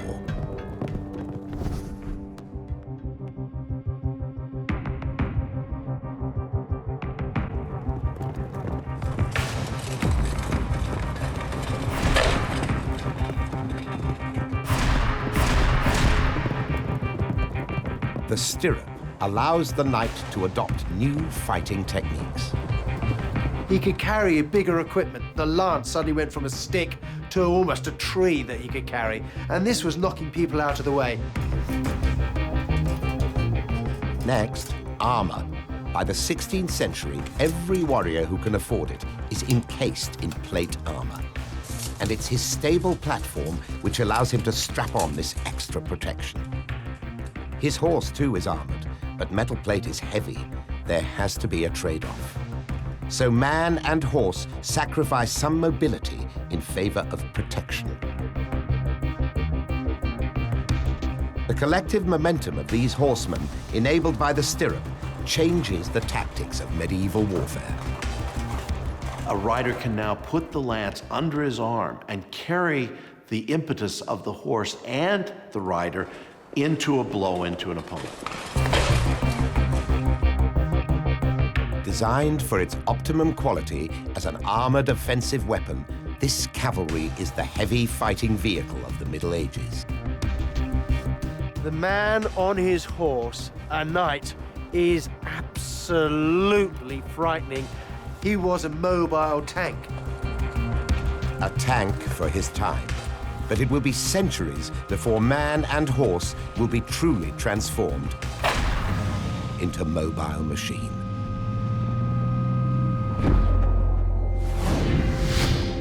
(1914), World War I, Northwestern Europe. Two armies face each other immobile across a line of trenches over 800 kilometers long. Out of this massive defensive stalemate will emerge a revolutionary new weapon which will change warfare forever. With both sides locked head-to-head in trench warfare, the Allies are desperate for a solution to the deadlock. The question is, what kind of machine will enable you to break that trench stalemate? Enter Winston Churchill, Britain's First Lord of the Admiralty and lover of new technology. Churchill is fascinated by a new innovation that combines speed with protection: armored cars. Fast motor cars, and it was getting loads of publicity, all things Churchill lived for. So he backed the production of bigger and better armored cars. The new vehicles defeated German cavalry in the early months of the war when fighting was more mobile, but they struggle in the mud and shell craters of the Western Front. What's needed is a visionary new design. Trench stalemate brings about one of those light bulb moments in history. This is the light bulb, a piece of American farm equipment, the tractor, that uses tracks instead of wheels to plow the fields. And so it happened. The British set about building the world's first tank, Little Willie. The first prototype is a primitive metal box riding on imported American tracks. It's the technology of the track that could potentially change the course of the war. But early tests are disappointing. Little Willie's nose sticks out in front of the tracks, so if the tank falls into a trench, it can't climb out. The design proves a dead end.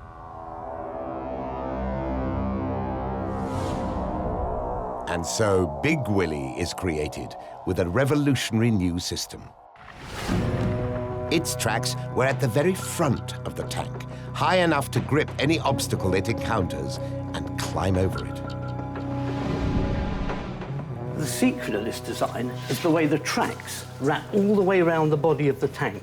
The reason for this is that the tanks are expected to cross wide trenches, 9 feet wide in some places, and rough ground. Big Willie's power to crush defenses is put to the test. It soon becomes clear this juggernaut could be the key to breaching the German trenches. In September 1916, Britain's revolutionary new war machine is unleashed on an unsuspecting enemy. You've got to imagine a type of machine that nobody had ever seen before. And I don't just mean the Germans, and most of the British soldiers on the Somme had never seen anything like this. And they start moving in the pre-dawn mist when you can hardly see your hand in front of your face. It appears to slither along the ground. It's quite bizarre the way it moves. So far as the Germans were concerned, they called these machines the devil, and the cry soon went up along the trenches, "The devil is coming." Nothing you shoot at them will stop them, and in your mind, it's you they're coming for. But once the Germans get over their initial shock, they soon realize the machines are vulnerable. And for the men inside the tanks, the experience is hellish. Well, I'm in, and there's nowhere to put my hands because I'm between the transmission and the engine, and all that's hot, and I'm already feeling claustrophobic. This is the engine, a mass of red-hot moving parts. You can imagine the heat that that generates, and every crew member is only 2 or 3 feet away from it. The only way to communicate was with one of these. Of course, the crew can't really see what is going on, and they can't really derive the comfort from looking at each other because all they see is an outline in the dark. Their face is covered by one of these chainmail masks, which is some protection against the metal splinters that flake off the side of the tank as soon as it's struck by explosive. The most difficult thing you have to worry about is plunging artillery fire, because artillery fire can kill a World War I tank. It's only moving 3 miles an hour. It's a big target. It was only when they started to open up derelict tanks and discovered only the feet and legs of burnt crew members remaining because the upper part of the torso had completely been incinerated by the furnace, did it dawn on these people that they were part of a new type of warfare that nobody had ever experienced before. These slow-moving metal monsters are some of the least mobile firing platforms ever invented. On the Somme, many of the tanks get stuck in shell craters or are destroyed by artillery. Only a third even reach the German lines. The tank was designed for a single tactical goal: to break through German defenses, leading columns of Allied soldiers forward. But on the Western Front, it fails to be the hoped-for war-winning weapon. There are numerous mechanical problems. Military planners also fail to see its revolutionary potential. But its time will come. 20 years later, in World War II, the tank will establish itself as a key weapon of war. 1940, Northwestern Europe. In just 10 days, Hitler's panzer tank divisions slice through the Low Countries and France to the English Channel. It's a triumph for the tank.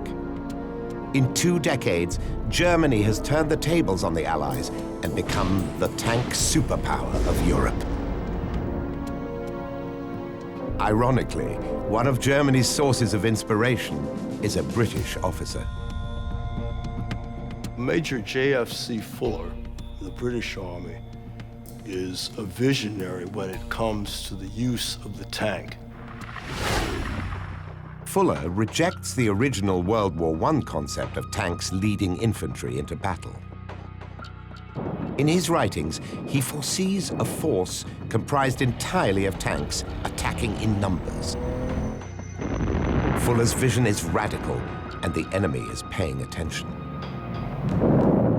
Fuller, ironically, can't sell the idea in Britain. He can't sell the idea in America, but the Germans are reading him. One German in particular, General Heinz Guderian, the father of German tank warfare. He develops Fuller's idea of an armored division attacking at speed, which will decide battles all on its own.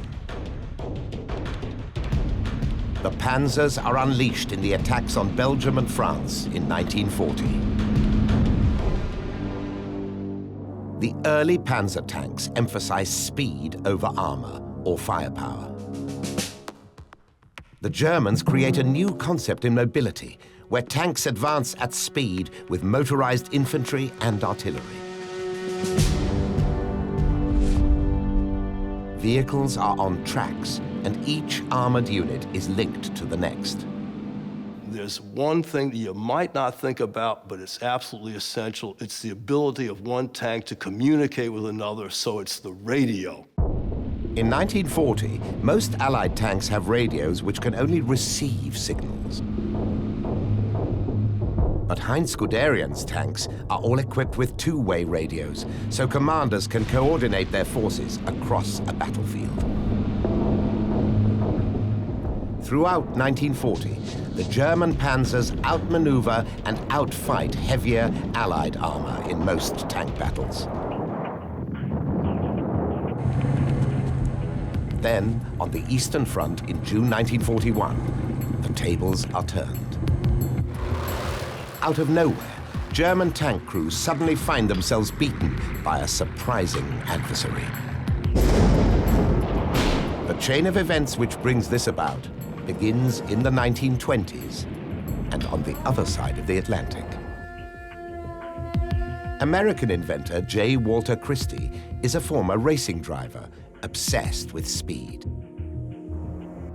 His dream is to produce a fast, futuristic tank which can pierce enemy lines and soar over trenches.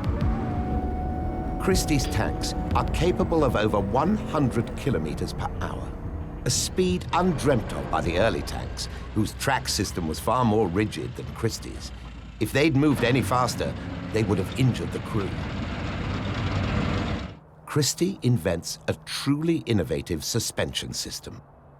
The secret of it, ever so simple, large diameter wheels, like these, and each wheel on a separate swinging arm pressing against a big spring. This allows the track to move up and down in response to the terrain and absorb the shocks. Although Christie is an American, his own government rejects his designs in peacetime. So the mercurial Christie seeks other buyers and sells his suspension to the Russians, who use his invention to create the legendary T-34. It is this tank that the Germans come up against on the Eastern Front in 1941. A young Leningrad engineer, Mikhail Koshkin, was put in charge of the T-34 project in the Ukraine. Koshkin's inspired idea was to design a tank that was basic but totally reliable, a workhorse of the battlefield.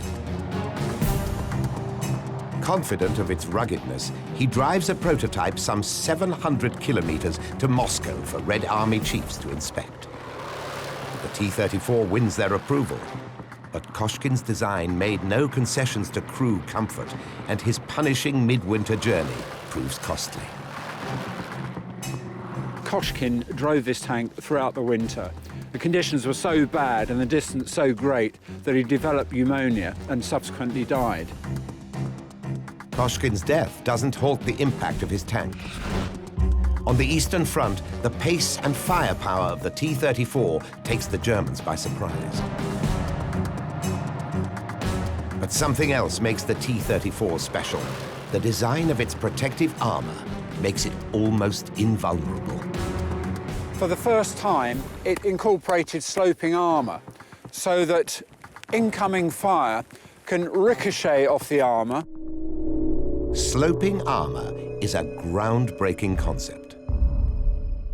The reason the shell ricochets off is that the effective thickness of the armor gets greater as the slope of the armor increases. The earlier tanks were designed more like a box on tracks, with the result that an enemy shell stood more chance of penetrating the armor. But sloping armor gives the tank superior defense. It works like this. When an incoming tank shell meets a perpendicular armor surface, it pierces it and probably kills the crew. If the armor plate is angled at 30 degrees, the shell might bury itself in the armor, but doesn't go through it. But if a shell strikes armor plate angled at 60 degrees, it bounces off, leaving the tank and crew unharmed. The T-34 is probably the finest example of the use of sloped armor. Here at the front, this very sharp nose. And they achieved this because everything that makes the tank go, and that's the engine, the gearbox, the steering mechanism, it's all at the back. Sloped armor is now a permanent feature of the modern tank. The nose of the Abrams M1A2 tank is almost horizontal when viewed from the front, presenting a minimal target. Compare this to a World War II British Cromwell tank. The frontal armor is more vertical. But America's current battle tank doesn't rely exclusively on defensive capability. It can also outgun the enemy with its 120mm weapon and thermal sight. In Operation Desert Storm, it was able to engage Iraqi tanks beyond their effective combat range. We like fighting from far. We can hit from far. No questions asked. They won't know they got hit till they got hit and they're on fire. The Abrams can also fire with great accuracy at speed. To achieve this, the weapon has to be stable. A design point as true for the tank and its gun as it was for the Egyptian chariot and its archer.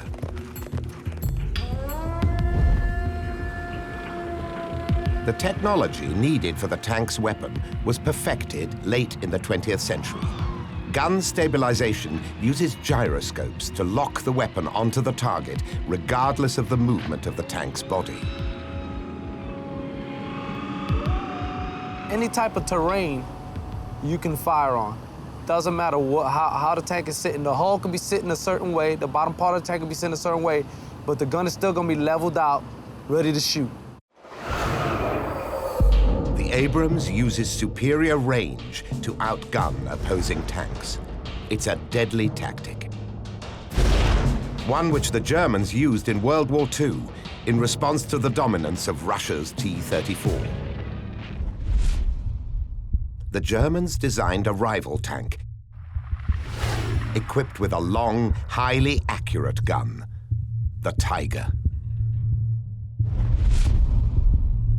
Its bloody impact on the battlefield was experienced by this former British tank officer. This is the actual Tiger gun which almost killed Peter Gudgeon in the Battle for Tunis in 1943. 5 other soldiers in his troop were killed before the Tiger joined the onslaught. First we knew about it was when the leading tank on my right blew up in a massive explosion. The commander and his wireless operator were blown out of the top of the turret. The tank was ablaze, an inferno. The next thing I felt was a shot passing right down my tank, just missing my right leg. I felt the draft of it on my right leg. And it crashed through into the engine and set us on fire. Gudgeon only survived the Tiger's attack by pure chance. A lucky shot from another British tank struck the Tiger in the turret, disabling it. The German crew bailed out and fled. Hit it anywhere else than where it did, probably wouldn't have made any difference. One amazingly lucky hit. Soon, the sophisticated firepower of the Tiger and Russia's T-34 will meet head-on in one of the biggest tank battles of all time. The outcome of that showdown will point the way to who will be the ultimate victors in World War II's Battle of the Tanks.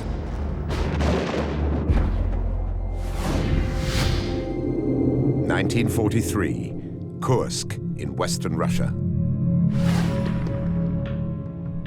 One of history's most ferocious tank encounters begins at the village of Prokhorovka, near Kursk. Around 450 German and 800 Russian tanks mass on the brow of a hill. You are face to face in this incredible encounter. It's almost like hand-to-hand combat with tanks.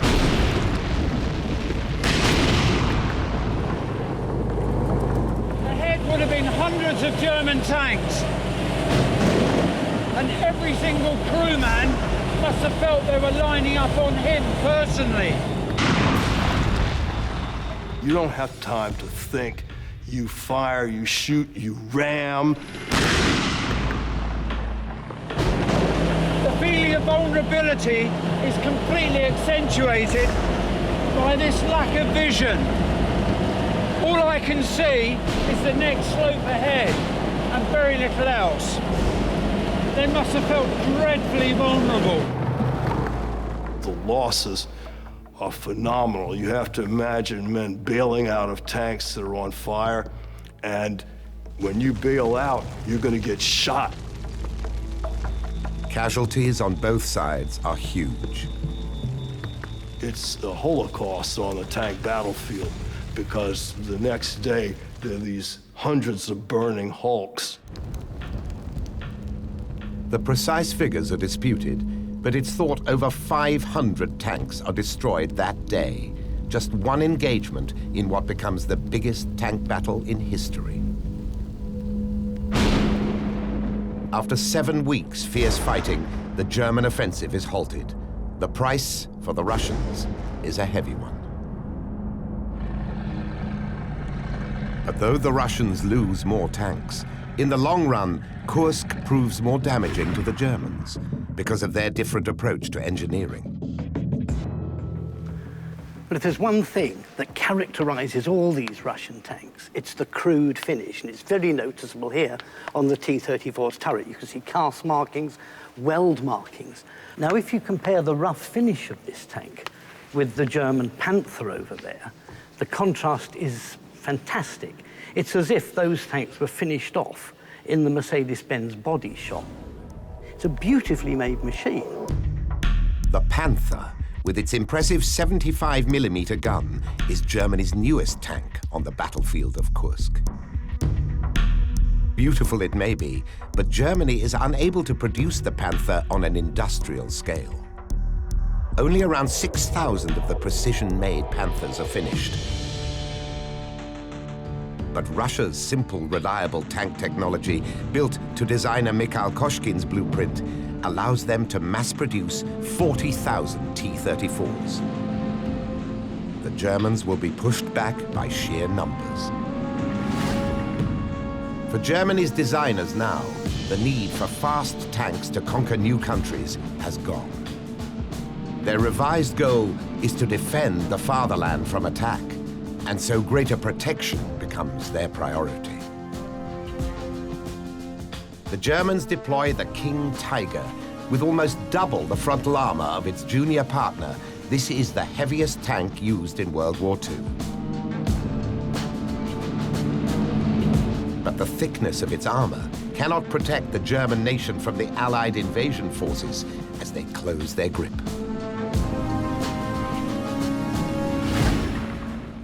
In World War II, the tank became a powerful force.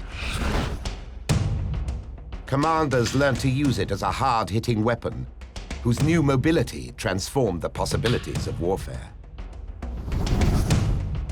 The tank's gun grew in size and killing capacity, and in response, armor got thicker. By the close of the war, the tank had traded Christie's vision of an armored racing vehicle for an all-round fighting machine. And the symbol of that success was the T-34. But in the decades that follow World War II, tank designs built for set-piece battles find themselves facing a different kind of enemy, a different kind of tank killer. Which prompts some to ask if the main battle tank might disappear, like the Chariot, into history.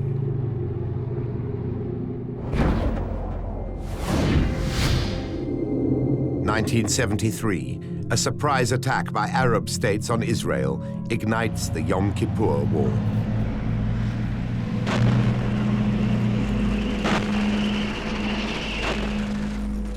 Israel's tank forces, which seemed invincible, suffered devastating losses. For 40 years, the most potent force against a tank has been another tank. But this time, Egypt's soldiers deploy an unexpected, deadly weapon. There was an introduction of something that changed the equation on the battlefield, and that was this light, portable, anti-tank weapon. Israel's tanks are destroyed by soldiers equipped with missiles that can be carried in a suitcase, and by rocket-propelled grenades. Anti-tank explosives have been around since World War II as one way to penetrate improving armor. But this is a major escalation. A portable, guided delivery system with a deadly warhead.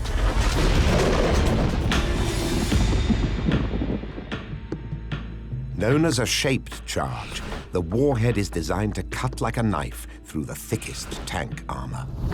This is a shaped charge. The top part here is filled with explosive. This is designed so that when the explosion travels down here, this copper actually turns to liquid and is concentrated on a point down here. And that allows the liquid metal to actually puncture straight through the target. It will completely carve up the crew, or it will set off ammunition fires, which in turn, of course, will produce internal explosions, which will completely finish them. But the punch of the rocket-delivered shaped charge will soon be opposed by a counterpunch. Weapons designers search for a type of armor which can resist it. 1969, one German armor scientist, Manfred Held, stumbles across an amazing discovery while he's conducting research in the Middle East. He's using the wrecks of damaged tanks to test his shaped charge warheads. I was alone there. I was a project leader. I made my own pictures from every test. He detonates his shaped charges on the tank turrets, fully expecting them to perforate the armor and pass right through the turret. But this doesn't happen. And when Held reviews his film footage, he notices a much bigger explosion than he expected. On investigation, he discovers the shaped charges have detonated unspent cartridges inside the turret. Held comes to realize these cartridges have neutralized the effect of the shaped charges. So the stronger reaction have reduced the penetration capability. Held has discovered a totally new way to armor a tank: explosive reactive armor. On the Israeli Blazer tank, around 40 steel plates containing explosive are fitted at the most vulnerable points: the front arc and the turret. If the tank is hit, a plate will detonate, neutralizing the shaped charge and leaving the tank unharmed.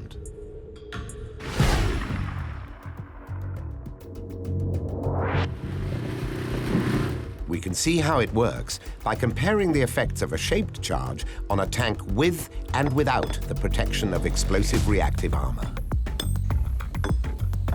Two towers of steel represent the armor of the tanks. A shaped charge is placed on top of each tower. There will be two explosions, one with and one without protection.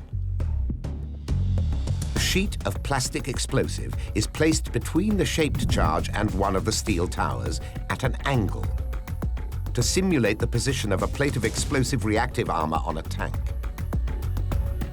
When the shaped charge is fired, it will detonate the sheet of plastic explosive and hopefully disrupt the blast. Then we can compare the number of steel plates penetrated with the protection of explosive reactive armor and without. Firing in 3, 2, 1, firing!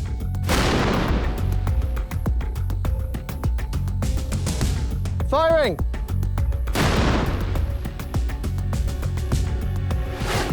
There was a huge release of energy in both those two explosions. This first stack, we didn't have anything between the shaped charge and the top plate. The shaped charge has left a neat entry hole, and the blast has penetrated almost 6 plates. That's 15 centimeters of steel. It's actually gone almost all the way through it. If we compare that to the stack that was protected by our simulated explosive reactive armor, the entry on the top plate is a lot messier. A lot of this seems to have been disrupted. But the shaped charge has only gone fully through 3 plates, so the explosive reactive armor has reduced the impact by almost half. So had this been an attack on a tank, I think the protection offered by the explosive reactive armor could well have saved the crew's lives. This technology is now used by most countries that build tanks. Israel's army was the first to adopt the new armor, and that was just the beginning for their crew safety program. Since their experience in the Yom Kippur War, the Israelis have prioritized tank crew protection. Because for them, tank design has political and economic dimensions. The Merkava tank was designed after the deaths of 2,500 Israelis, mostly tank soldiers, in the 1973 war. For Israel, with a small population, the loss of a highly skilled tank crew outweighs the loss of the tank itself. Soldiers are precious, and retraining costs high. So with the Merkava, firepower and mobility come second and third. Unlike all other main battle tanks, the Merkava's engine is in front, which puts an extra barrier between the crew and incoming fire. The tank's shape, streamlined and flat, makes it difficult to hit. Even the turret is designed to present less of a target. The turret is basically on the top. It's very narrow, so it will be very, very hard to hit.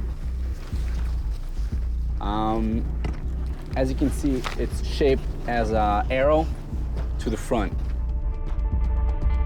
If the tank is hit, soldiers have a greater chance of survival because ammunition and flammable liquids are kept separate from the crew area. And they can make a rapid exit through a rear-facing escape hatch. What happens, I give my crew just a command. They all get out of their cells and just come out of the tank from this rear hatch. We can open it from inside. It just opens on the top and on the bottom. The whole crew gets out and we go to a safer spot. The Merkava represents the pinnacle of crew safety for a battlefield that's become more lethal for the tank. Because of that vulnerability, weapons designers now pursue a strategy of designing different weapons platforms for contrasting types of warfare.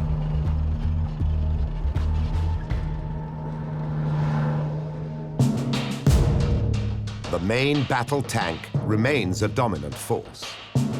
The American Abrams tank played a crucial role in ground war offensive during both Gulf Wars. The Abrams M1A2 is the essence of a modern heavy tank, the end result of a century of tank evolution. Its massive 120mm gun has a laser range finder. And it's tough, protected by multiple layers of steel and ceramics with an option of reactive armor. Abrams tank is the most powerful battle tank in the world right now. There is no tank that can match an Abrams in open battle. There are inevitably consequences for being one of the largest tanks ever to fight. At 63 tons, the Abrams' weight is colossal, which means it drinks fuel at over 4 liters per kilometer. But despite these logistical problems, the prospect of conducting head-to-head battles between armies without tanks is unthinkable. If you're projecting the possibility of a war with, say, an enemy like North Korea, that will be a conventional war. And you'll need an Abrams. You've got to have an Abrams. Current conflicts, though, are more frequently asymmetric and fought against insurgencies, an invisible enemy. And the theater of war is often urban, where a tank's size and immobility makes it a target. Definitely the place that is the most dangerous for using a tank would be an urban environment. The most restrictions, the most opportunity to get behind you or over you to attack you. Because of the tank's limitations, weapons designers have produced alternative machines. The Striker, used in Iraq since 2003, is an armored personnel carrier with wheels instead of tracks. It's used as a battlefield taxi, delivering troops with speed and mobility. Its firepower and protection are inferior to the Abrams, and in Iraq, it was shown to be vulnerable to roadside bombs. But the trade-off is it weighs less than a third of the battle tank, so it can be flown easily to trouble spots. And in urban wars, it's far more mobile. A Striker can go down streets that an Abrams tank is too large to get through, because the tank is so big and so powerful. The Striker is at the end of a long tradition of lighter weapons platforms which have evolved in response to the demands of the battlefield. From the iconic Jeep, transport backbone of the US Army in World War II, to today's Humvee, a hybrid of troop carrier, ambulance, and automatic weapons platform. Equipped with a roof-mounted M2 50 caliber machine gun, its role has expanded into urban combat. Strikers and Humvees can use their superior mobility to escape the enemy's guns. But because those guns are becoming more potent, the most effective way to avoid being hit is to avoid being detected in the first place. New rule of warfare is, if you can see it, you can hit it. If you can hit it, you can kill it. Doesn't matter what it is. So that makes the importance of not being seen much greater than it ever has been in the past. And so designers of future weapons technology are investigating a new dimension: invisibility. New weapons technologies, from camouflage through to stealth, are now being researched and tested. These Leopard 2 tanks from the armored battalion of the Danish army are on their way to Helmand province in Afghanistan. But before they leave, they're given a new skin to disguise their presence from the enemy. Anti-tank weapons use thermal targeting to home in on a tank's telltale heat signature and kill it. This camouflage helps disguise that signature. The camouflage combines layers of high-tech materials which reflect and conceal the heat and radar signals. Only one of these Leopard tanks is using camouflage. A thermal camera highlights their different heat signatures. The color white is hot. The first tank has no camouflage, and its tracks and hull are clearly hotter. Most of the tank will not be visible on a thermal imager, so you will be able to get up and get the first shot before they even recognize you. Tank disguise still has many challenges to overcome. But it may hold off the day when the tank is replaced as the bringer of mobile firepower to the battlefield.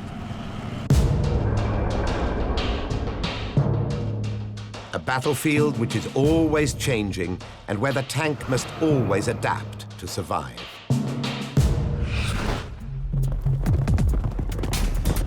Since the Pharaohs, the wheels of war have turned beneath the most destructive fighting machines the world has ever seen. And thanks to technology's dynamic advance, the mobile forces have evolved to strike out at high speed across great distances. Over thousands of years, these machines have helped drive the changing tactics of battle as commanders have responded to their achievements. The future of ground warfare will continue to be shaped by that awesome combination of speed, armor, and firepower.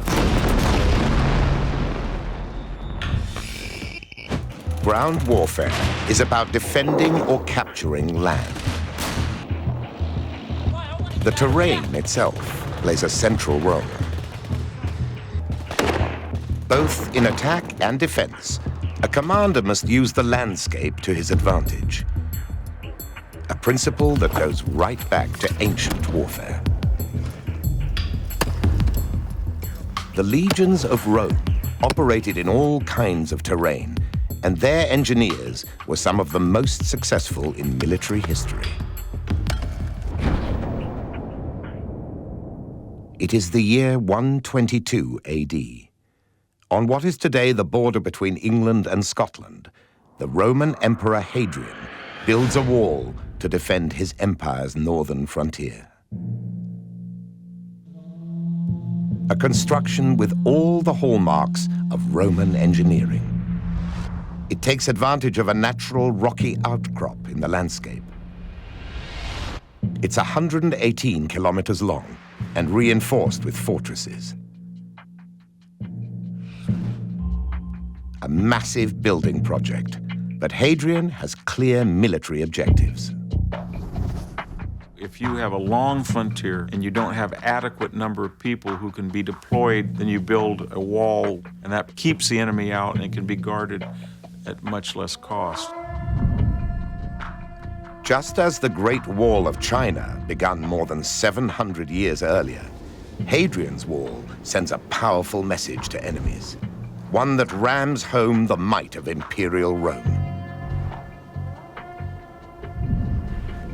But engineering in warfare is as much about offensive measures as defensive walls. The Romans, like generations of soldiers that followed them, are expert at using the pick and shovel in attacking operations.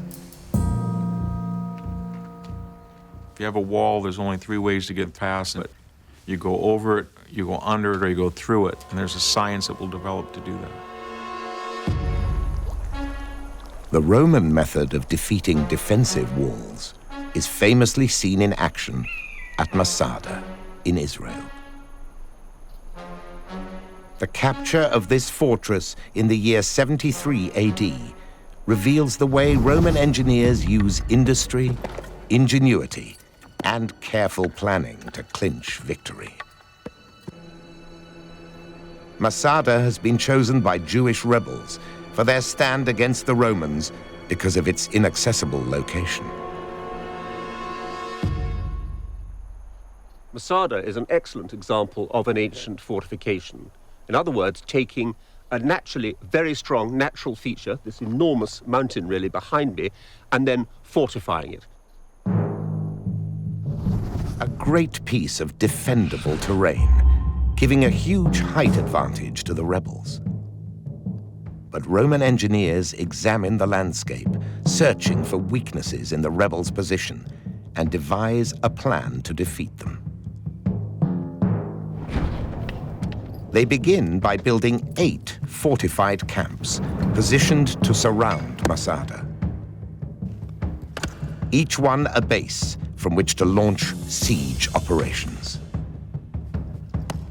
Here, facing the southern end of Masada, one camp is deliberately built upon a cliff top. This is actually the only place that you can see what's going on top of Masada. It performs an important surveillance role. All these camps are part of a wider offensive strategy that involves a 5-kilometer-long encircling wall. The circumvallation. It measures nearly 2 meters wide and 3 meters high all the way round. And its purpose is clear. It stops anybody going in, stops anybody going out, and to all the defenders on the top, it is a stone noose has been put round them and there is no escape. It was sort of a statement. We surrounded you, you're doomed.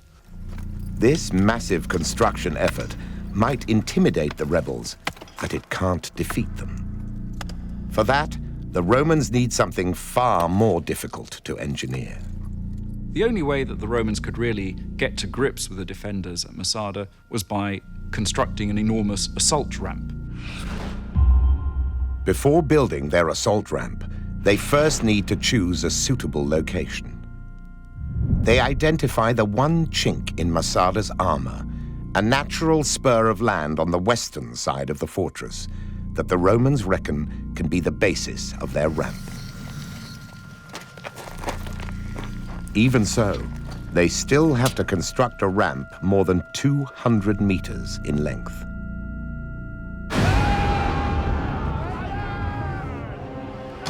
Its gradient has to be shallow enough to enable an armored siege tower to be dragged up to the fortress walls.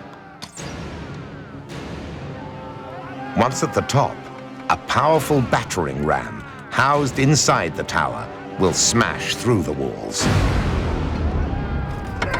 Roman artillery will continually rake the tops of the walls with stone shot to protect the ramp construction teams. But the chief problem is engineering a ramp with the stability to support the siege tower. Physical clues to how the Romans achieved this can be found today. Now, these bits of timber here have been here for nearly 2,000 years. They were laid by Roman legionaries when they were building this immense ramp behind us. We think there's some form of reinforcing, rather like we have steel rods in concrete today to hold that together. So these timbers were driven in on horizontal layers to try and keep the ramp in one compact mass.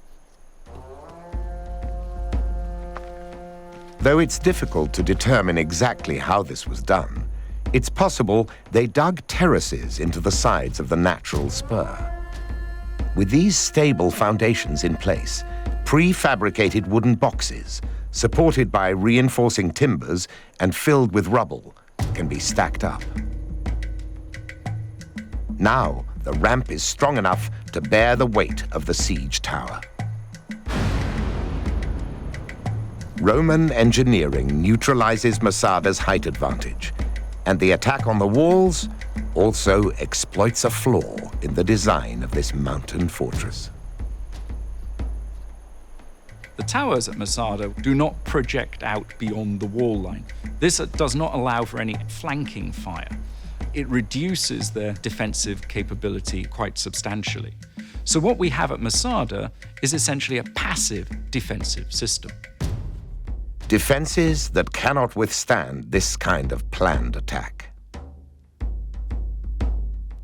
From 50 BC to 150 AD, Roman engineering, supported by artillery, played an important role in the empire's expansion. Many centuries will pass before defenses come up with an effective counter to the systematic siege operation. The Middle East in the year 1188.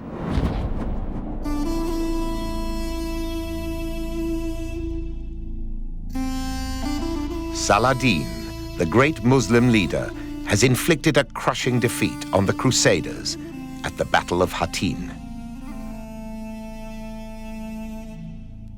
But to take control of the Holy Lands, Saladin needs next to drive them from castles such as Crac de Chevalier in today's Syria. These castles allow the Crusaders to maintain a foothold in the region. One thing that we have to remember is the number of the Crusaders in the greater Syria region was minuscule, and they were holding much larger land that they could defend. Like Hadrian's Wall for the Romans, castles such as Crac compensate for this lack of manpower. Their design had evolved during the Crusades of the 11th and 12th centuries. We have 150 years of struggle between the two sides, attack and counterattack, and they are learning from each other. This fusion of ideas means that engineers work out the best ways to fortify their castles. The result is a new kind of defensive engineering, far superior to the passive system at Masada. What happened in the second half of the 12th century and the first half of the 13th century is that these castles became much more massive. The whole structure tended to become taller, bigger, broader.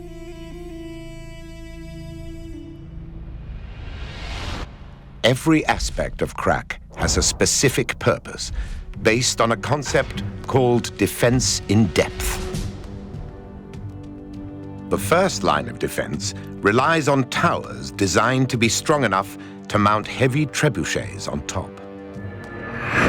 This new kind of counterweight artillery can strike an attacking force more than 350 meters away. More than this, these towers deliberately project outwards, enabling lines of fire to both the front and flanks. The castle engineers want to build in more than a single defensive system. Here, one of the ways they do this is through concentric walls.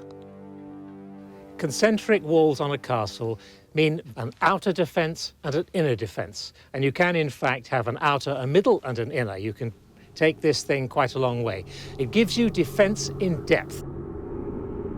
Defense in depth also relied on defense in height. One of the vital features of concentric design is that your inner fortifications, your inner line of wall, has to be higher than your outer, so that if the enemy does take the outer wall, they cannot use it as a fortification for themselves. They are completely overlooked by archers and defenders on the inner wall. But if the worst happens and the entrance is breached, this type of castle had fallback lines of defense. At Krak, the passageway into the castle is engineered to provide a series of killing zones. With the aid of a paintball gun, David Nicole will show how. The man in the crash helmet represents an attacking soldier who's broken into the castle. He will be Nicole's target. Advancing up the passageway, the attacker is going to be exposed through openings known as murder holes. It's directly above the main entrance passageway, which runs beneath us from the main gate to the interior of the castle. Right.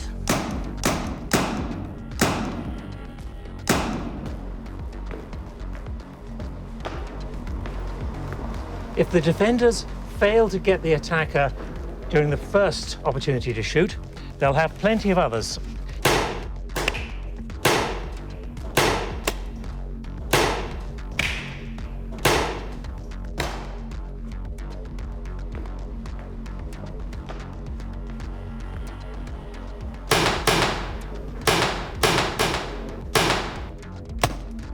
If I haven't stopped them then, I have one last chance. These murder holes demonstrate how multiple defensive positions are the core of these castles' designs. And they prove themselves in battle. In 1188, the Crusaders at Krak successfully beat off the attack from Saladin. Defense in depth will be an important part of military engineering right up until the present day.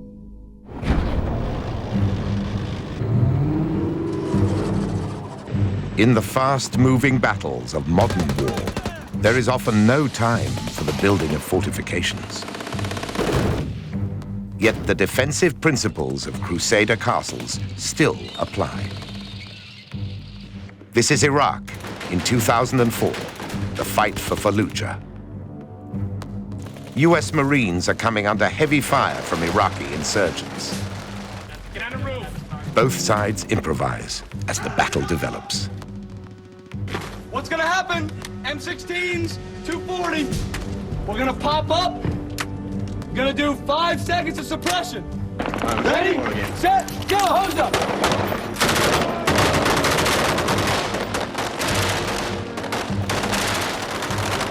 In a constantly shifting battlefield, rooftop brick walls offer both defensive protection and a height advantage to these soldiers. From up here, they can shoot down onto the insurgents' position.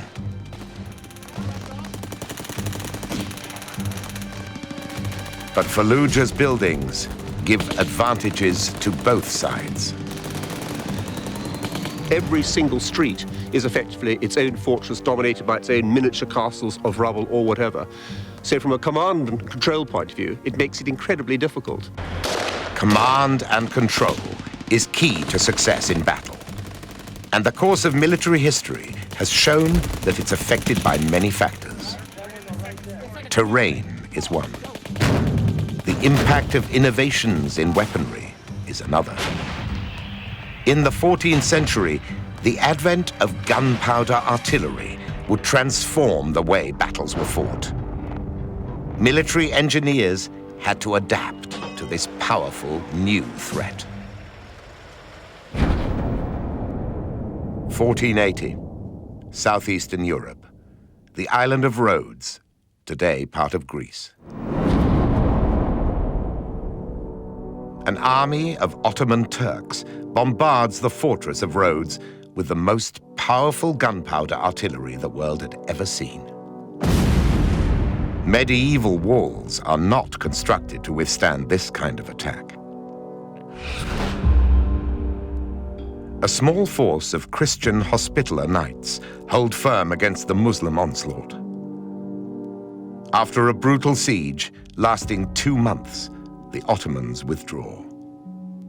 The Hospitallers prevail, but only just. And their leader, Pierre d'Aubusson, knows the Ottomans will be back. D'Aubusson is an early witness to what heavy artillery can do to medieval stone walls.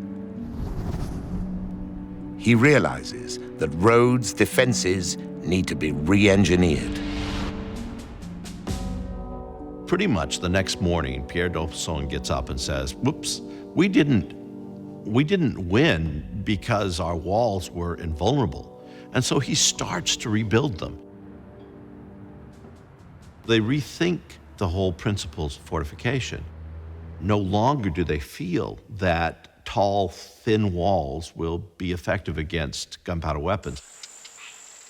Walls are increased from 2.5 meters to 8 meters width. And a new defensive feature appears called a bastion. It's a massive fortification that projects out from the main wall, enabling more lines of fire against attackers. Several bastions are built on Rhodes, each one a kind of giant gun turret, bristling with cannon. The guns had become so big and so powerful, 18, 20 tons, 12, 14 feet, that the Hospitallers had to build their own firing platforms, these enormous platforms, just to counter the recoil of them. These gun platforms are just one example of how they plan to deal with the next Ottoman attack. It's kind of odd to walk around the walls of Rhodes and you don't see anything that is the same as another feature. It's almost as if they're experimenting with everything that anybody thinks of that might preserve the city from the guns of the Ottoman Turks. This curious construction, for instance, is called a caponnier. It's a thin gun gallery that sticks out right at the sharpest angle of the walls. This could be filled with smaller guns and could be fired down both sides of the moat to cover any attacks made on it or on the walls next to it. And this freestanding wall, called an outwork, is one of a number created by d'Aubusson during his widening of the moat to provide additional defensive barriers. Instead of just digging 50 meters of moat, he leaves this outerwork in the middle of the moat. Now the attackers have to go down one side of the moat, defeat the outerwork, go down the other side of the moat, and now they get to attack the walls. In June 1522, the Ottomans are back. Tens of thousands of soldiers, led by their Sultan, Suleiman the Magnificent, lay siege to the fortress. Facing them, a Hospitaller force of barely 6,000. I don't think that anything like the 1522 siege had been seen in warfare ever before. Wave after wave of Ottoman assaults break upon the newly strengthened walls of Rhodes. The Knights Hospitaller would kill 1,000, and they'd look up, and there'd still be 20,000 because another 1,000 had arrived from Turkey. There's one eyewitness, Jacques de Bourbon, and he talks about the blood being so thick on the ground, from so many Ottomans being killed, that you can't see actual dirt. It's just blood. Though the Ottomans lose thousands trying to crack Rhodes' new defenses, their attacks keep coming. After 6 months of siege, the Hospitallers get to a point where their own losses force them to surrender. In the end, Suleiman the Magnificent, the one who wins, this young sultan, admits to the Hospitallers that he had lost 103,000 men to take Rhodes, and that he'd gladly lose 103,000 more. Despite the Hospitallers' defeat, the strength of Rhodes' defensive engineering innovations had been vividly demonstrated. Pretty soon, all throughout Europe and all throughout the Middle East, people are building forts just like the Hospitallers had built in Rhodes. Rhodes is part of an explosion of ideas on how to combat gunpowder artillery. In Italy, engineers build star-shaped fortresses with triangular bastions designed to give defensive crossfire. And they experiment with earth as a backing to masonry walls. One section of this simple brick wall has been backed with earth, more than tripling its width. The remainder has no reinforcement. It's going to be shot at with this reproduction cannon from point-blank range.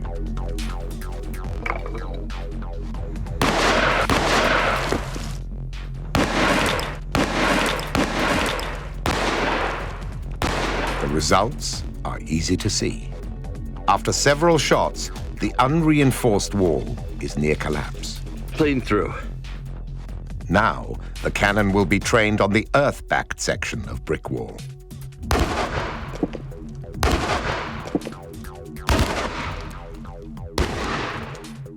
The earth backing makes a big difference. It's amazing the difference between the stone here, where there's no earth behind it, and here where addition of earth has acted as a shock absorber. Here we have no penetration whatsoever. The wall is solid. Experiments like these show that wide walls of brick and earth are the way forward. Defensive engineering will soon reach a new level of sophistication. 1698, Eastern France. Construction is underway on a fortress that represents the zenith of defensive design, Neuf-Brissac. Today, Neuf-Brissac is a quiet little town, close to the border with Germany. Its defenses were designed by a brilliant French military engineer, Sébastien Vauban, a nobleman schooled in the art of fortification. Everybody learned the rudiments of fortification. They learned it because the nobility was still the warrior class, and fighting in this time had to do with knowing the techniques of fortification. Vauban's talents, though, set him apart. His rise came at a time when France was at war with virtually every European state on its borders. And he built or upgraded some 160 fortresses.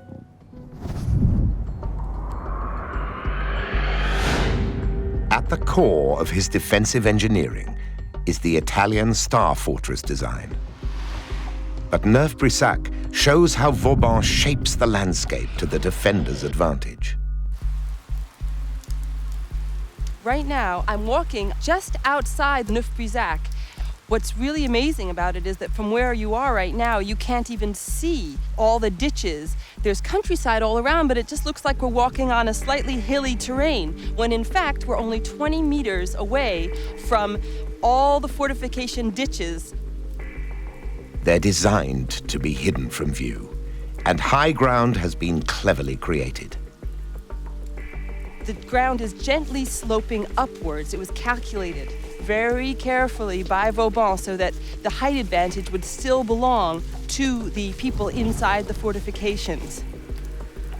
Suddenly, here you are, and you have the counterscarp, you have the ditch, you have this vast protection of the fort. At the time, all you would have seen from this point of view was earth and the barrels of guns and cannons pointed at you from soldiers positioned on the ramparts.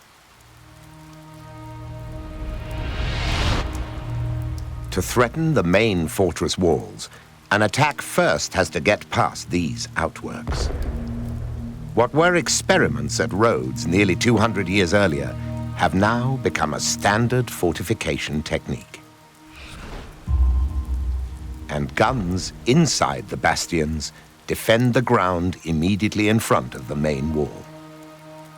What that means is that one bastion covers the other one. They each shoot crisscross style so that there's no cover along the wall.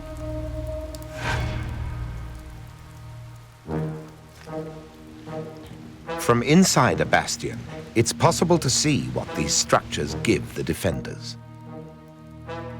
Any attackers down here in the ditch can be caught in a killing zone. Though Neuf-Brissac is never tested in battle, many fortresses built on Vauban's model are. And not just in France.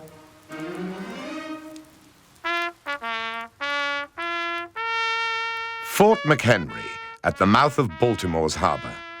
In 1814, its American garrison successfully withstand a massive British naval bombardment, inspiring the poem, The Star-Spangled Banner. Fort McHenry is very much indebted to the Vauban style and the French influence.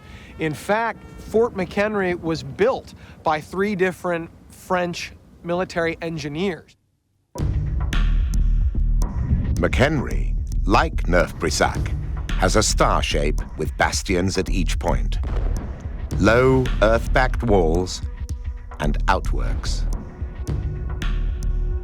During the British bombardment, they fired over 1,800 heavy 13-inch, 200-pound exploding shells at Fort McHenry. So you can imagine those bombs raining down and exploding over the fort. But the design of the fort and its thick, heavy walls helped shelter the men. Despite the ferocity of the bombardment, the garrison holds out. Eventually, they drive the British ships away. McHenry's successful defense owes much to Vauban. Yet Vauban's engineering, like that of the Romans, is as much about attacking a fortress as defending it. These 17th century documents set out techniques a general should use in conducting a siege. Again, digging is vital. A series of zigzag and parallel trenches protect attackers so they can bring artillery close enough to smash through defensive walls. And, like his Roman predecessors, Vauban shows that engineering can give a general command and control in both attack and defense. In the centuries that follow, military engineering will evolve again as it adapts to far-reaching changes in weapons technology. July 1864, the American Civil War. The town of Petersburg, Virginia, is besieged. The age of trench warfare has begun. Confederate General Robert E. Lee has built a 16-kilometer-long defensive line to guard Petersburg. Facing him are the forces of Union General Ulysses S. Grant. Both sides are dug in. The increased lethality of the battlefield because of rifled weapons caused first soldiers and then later their generals to alter the ground at every opportunity. dig that field fortification, get your people underground so that the attacker had to come at you from a position of disadvantage. High stone walls have disappeared. Defensive warfare relies now on digging down into the ground. As the attacker, Grant has to break through the Confederate trench lines. One of his officers, Henry Pleasants, a former mining engineer, comes up with a clever plan. He was indicative of a new kind of soldier that really represented the popularization of scientific and technical knowledge, and were able to apply that during the war. Pleasants proposes a secret engineering operation. He will dig a tunnel under the Confederate line and blow it up from below. Pleasants needed to make sure that the end of the tunnel was in exactly the right place. If it had been too far in front of or behind the Confederate lines, the effect of the explosion would have been minimal. Like modern surveyors, he uses a theodolite to measure the angles between various points on the battlefield, enabling him to then calculate the exact length of tunnel that has to be dug. He determines it needs to be 156 meters long. And with that distance, there is the problem of how to ventilate the far end of the tunnel. As the miners continued to work, as they breathed out their carbon dioxide, without air coming in to the tunnel, they would have quickly suffocated. Pleasant's solution was quite magnificent in its elegance and simplicity. First, carbon dioxide will be removed by sinking a shaft into the tunnel near its entrance. At the bottom, a continuously burning fire will draw the stale air up and out. And to avoid drawing attention to the smoke, Pleasants would have his men burn decoy fires along their lines. Meanwhile, fresh air will be sucked into the miners at the tunnel face through a wooden ductwork. Here's our construction of the ductwork that the air went into where the soldiers were working. This modified aquarium tank shows how Pleasant's system works. This Pyrex 2 represents the ductwork that they built. The Union lines would be over here, Confederate lines to the left, and this Pyrex 2 represents the vertical shaft that Pleasants constructed. And this burner is the fire Pleasants builds. Ross then fills the mock-up tunnel with smoke to represent the stale air. Once the burner is lit, the smoky air is warmed and rises up and out of the funnel. The moving flaps show that fresh air is being drawn in, keeping the Union soldiers alive. After 34 days of work underground, the digging is complete. Union troops stand ready as the final preparations are made at the tunnel face. At the end of it, in kind of a T shape, they had two 30-foot galleries where they would store 4 tons of black gunpowder. A huge quantity of gunpowder placed right beneath the Confederate line. Early in the morning of July the 30th, 1864, the fuse is lit.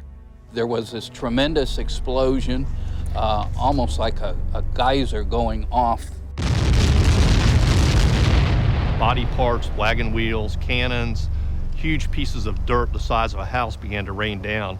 The Confederate lines that had stood seconds before were now obliterated, and what was left was an enormous crater. 278 Confederates are killed in the explosion. But a poorly directed follow-up assault that sees Union troops going right into rather than round the crater ends in a failure to break through and a retreat back to their own line. Yet the massive crater made by the explosion and Henry Pleasant's tunnel shows how the engineer can pinpoint a problem and find a solution. Barely 50 years later, this kind of underground operation will be taken onto a whole new level. Spring 1916, World War I. The Verdun battlefield in France. German and French armies are locked in a bitter struggle. Both sides dig tunnels under the strategically important hill of Vauquois. Simon Pepper, a historian of military architecture, has come to investigate. This is an entrance to one of the tunnels on the French side. Underground, they're still part of a railway used to transport excavated earth from the mine face. Below the hill of Vauquois, there is an absolute mass of tangled network of tunnels, each one trying to get under the enemy's tunnels so that they could destroy them or break into them and kill the miners. This map shows the French tunnel network on the south side of the hill, the German tunnels to the north, and the village of Vauquois in between.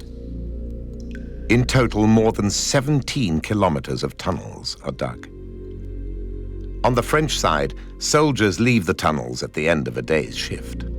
But for the Germans, there is no respite.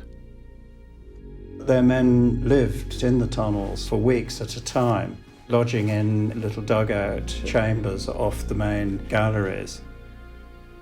Signs of the Germans' presence are everywhere. Here, carved into the wall, the symbol of an iron cross.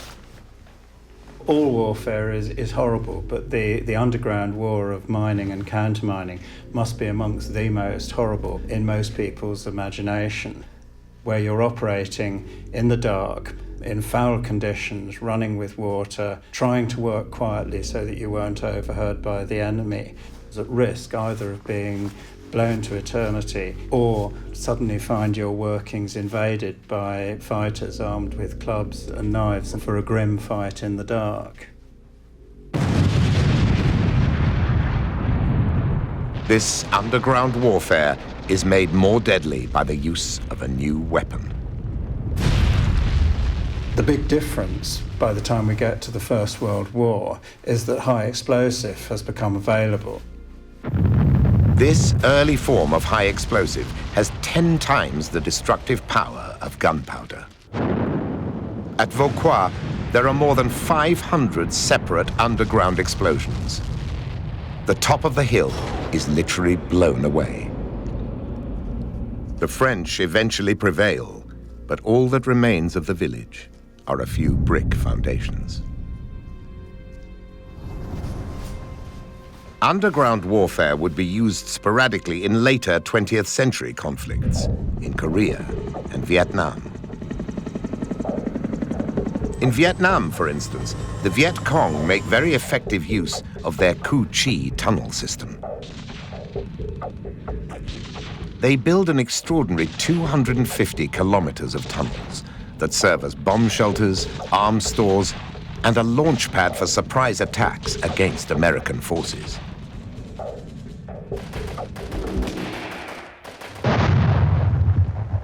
In World War I, though, engineering defenses is as much about shaping the battlefield above ground as below it.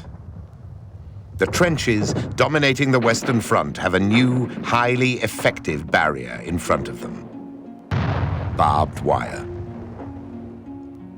This late 19th century farming invention was quickly seen to have military potential.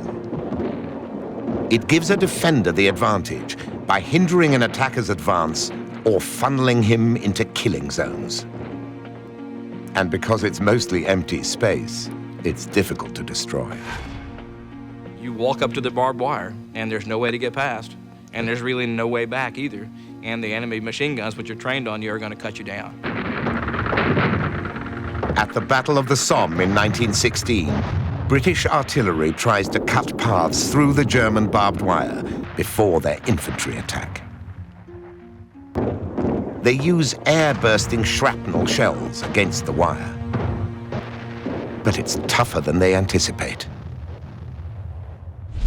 This represents a shrapnel shell in as much as shrapnel shells were used to attack barbed wire entanglements.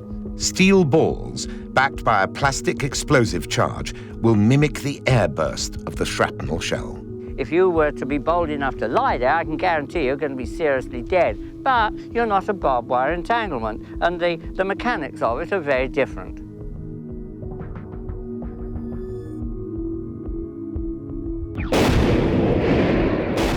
It explodes barely a meter above the wire. Well, as we can see, the wire is intact. There are 6 strands, and there were 6 strands before we fired it. The explosive has penetrated the wood, but done little damage to the barbed wire. And this is what the British infantry found to their cost when they attacked the German lines at the Somme. On the northern sectors of the battlefield, perhaps about 2/3 of the battlefield, the barbed wire was not cut. Barbed wire was perhaps the most crucial element in predicting the outcome of a battle. Barbed wire's toughness helps establish it as a vital defensive tool in World War I. And it has played an important part in many battles since. Its modern incarnation, razor wire, is still a common feature on today's battlefields. Yet barbed wire was not the only engineering innovation of World War I. For the defense of some strategically important towns in France, new kinds of fortresses are built.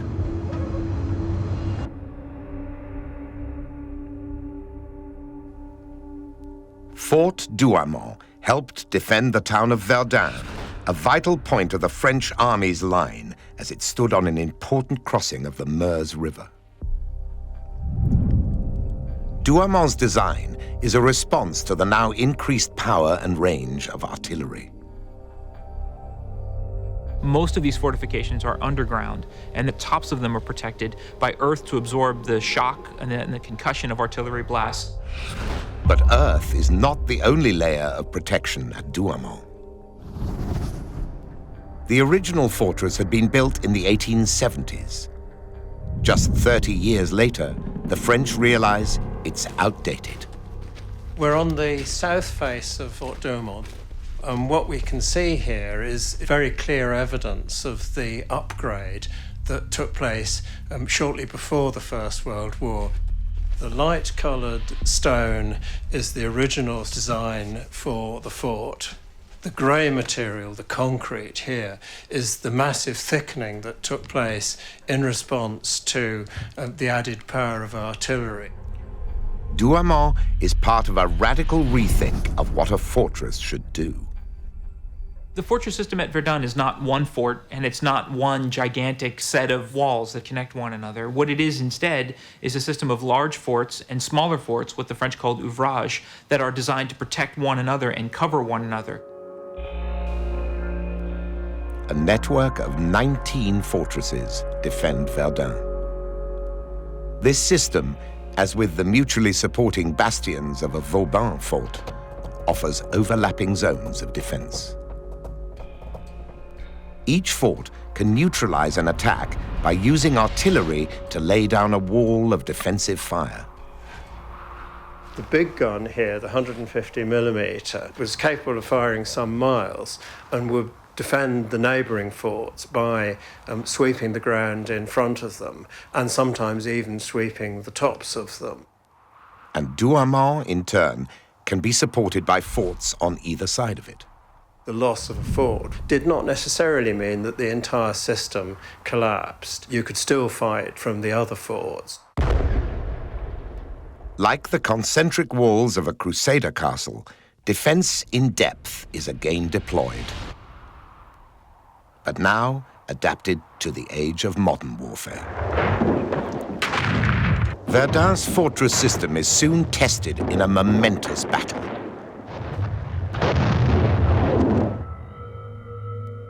At first, the Germans seem to be winning. They attack in February 1916, and by early March, Douaumont has been captured. In June, Fort Vaux falls as well. But the other French forts do their job. While two of the major forts fall, Douaumont is the largest of the forts by far, the system itself holds, and as a result, the Germans don't get into Verdun and they can't cross the Meuse River in force.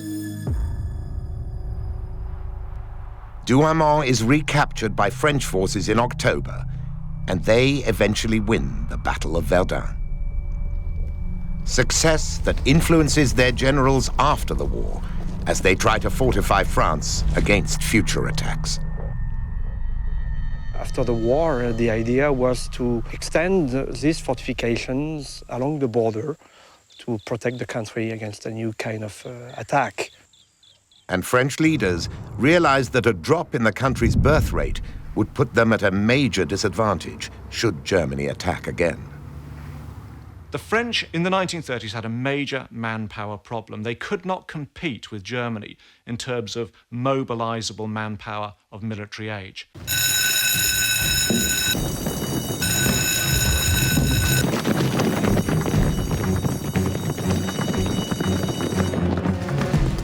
Their solution is the Maginot Line.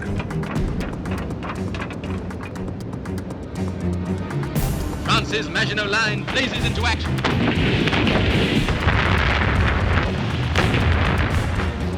It has similarities with Verdun's defensive system.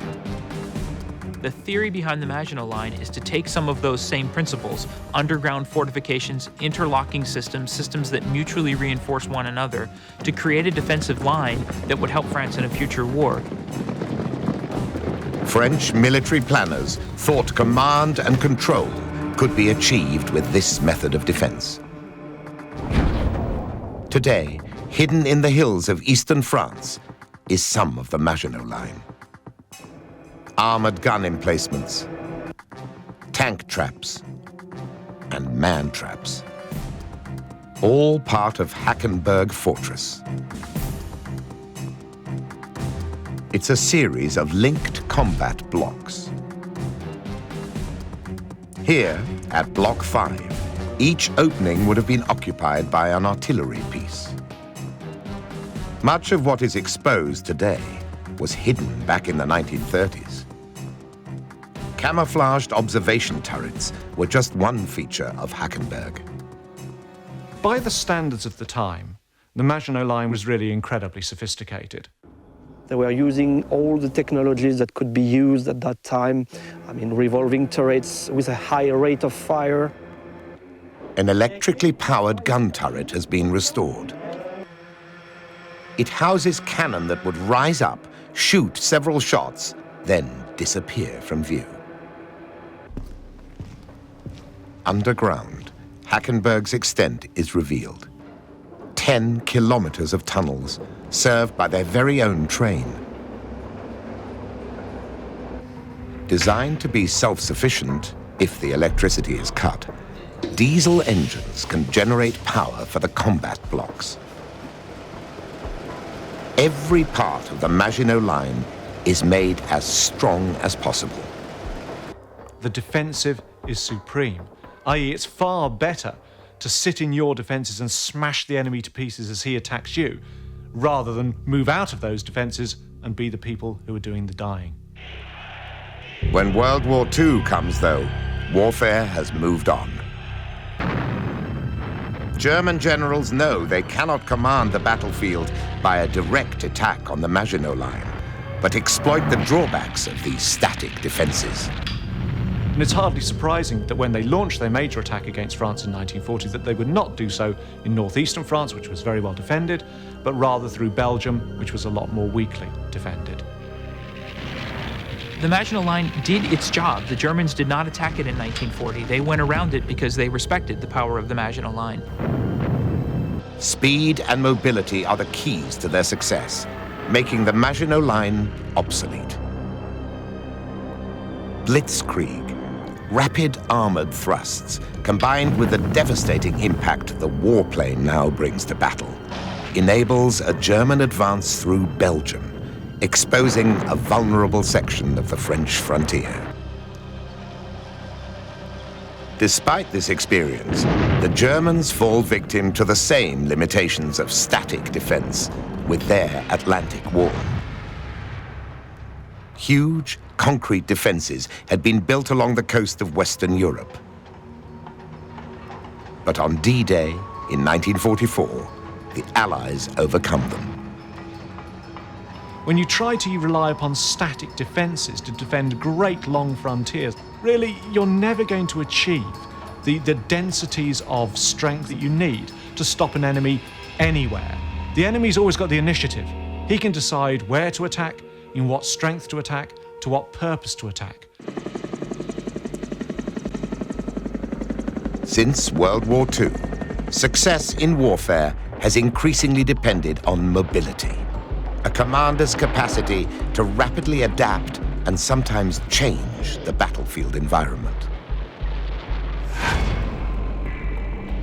And so, in the global conflicts of the 21st century, the skills of the military engineer are more important than ever. Generals needing command and control rely on them to help gain offensive or defensive advantage. Here, British engineers erect temporary fortifications at Bagram Air Base, Afghanistan, preparing the ground for the arrival of new troops. And just as Roman legionaries shaped the landscape at Masada 2,000 years ago, so today, modern soldiers still use the pick and shovel to mold the terrain as they engineer the ground for war.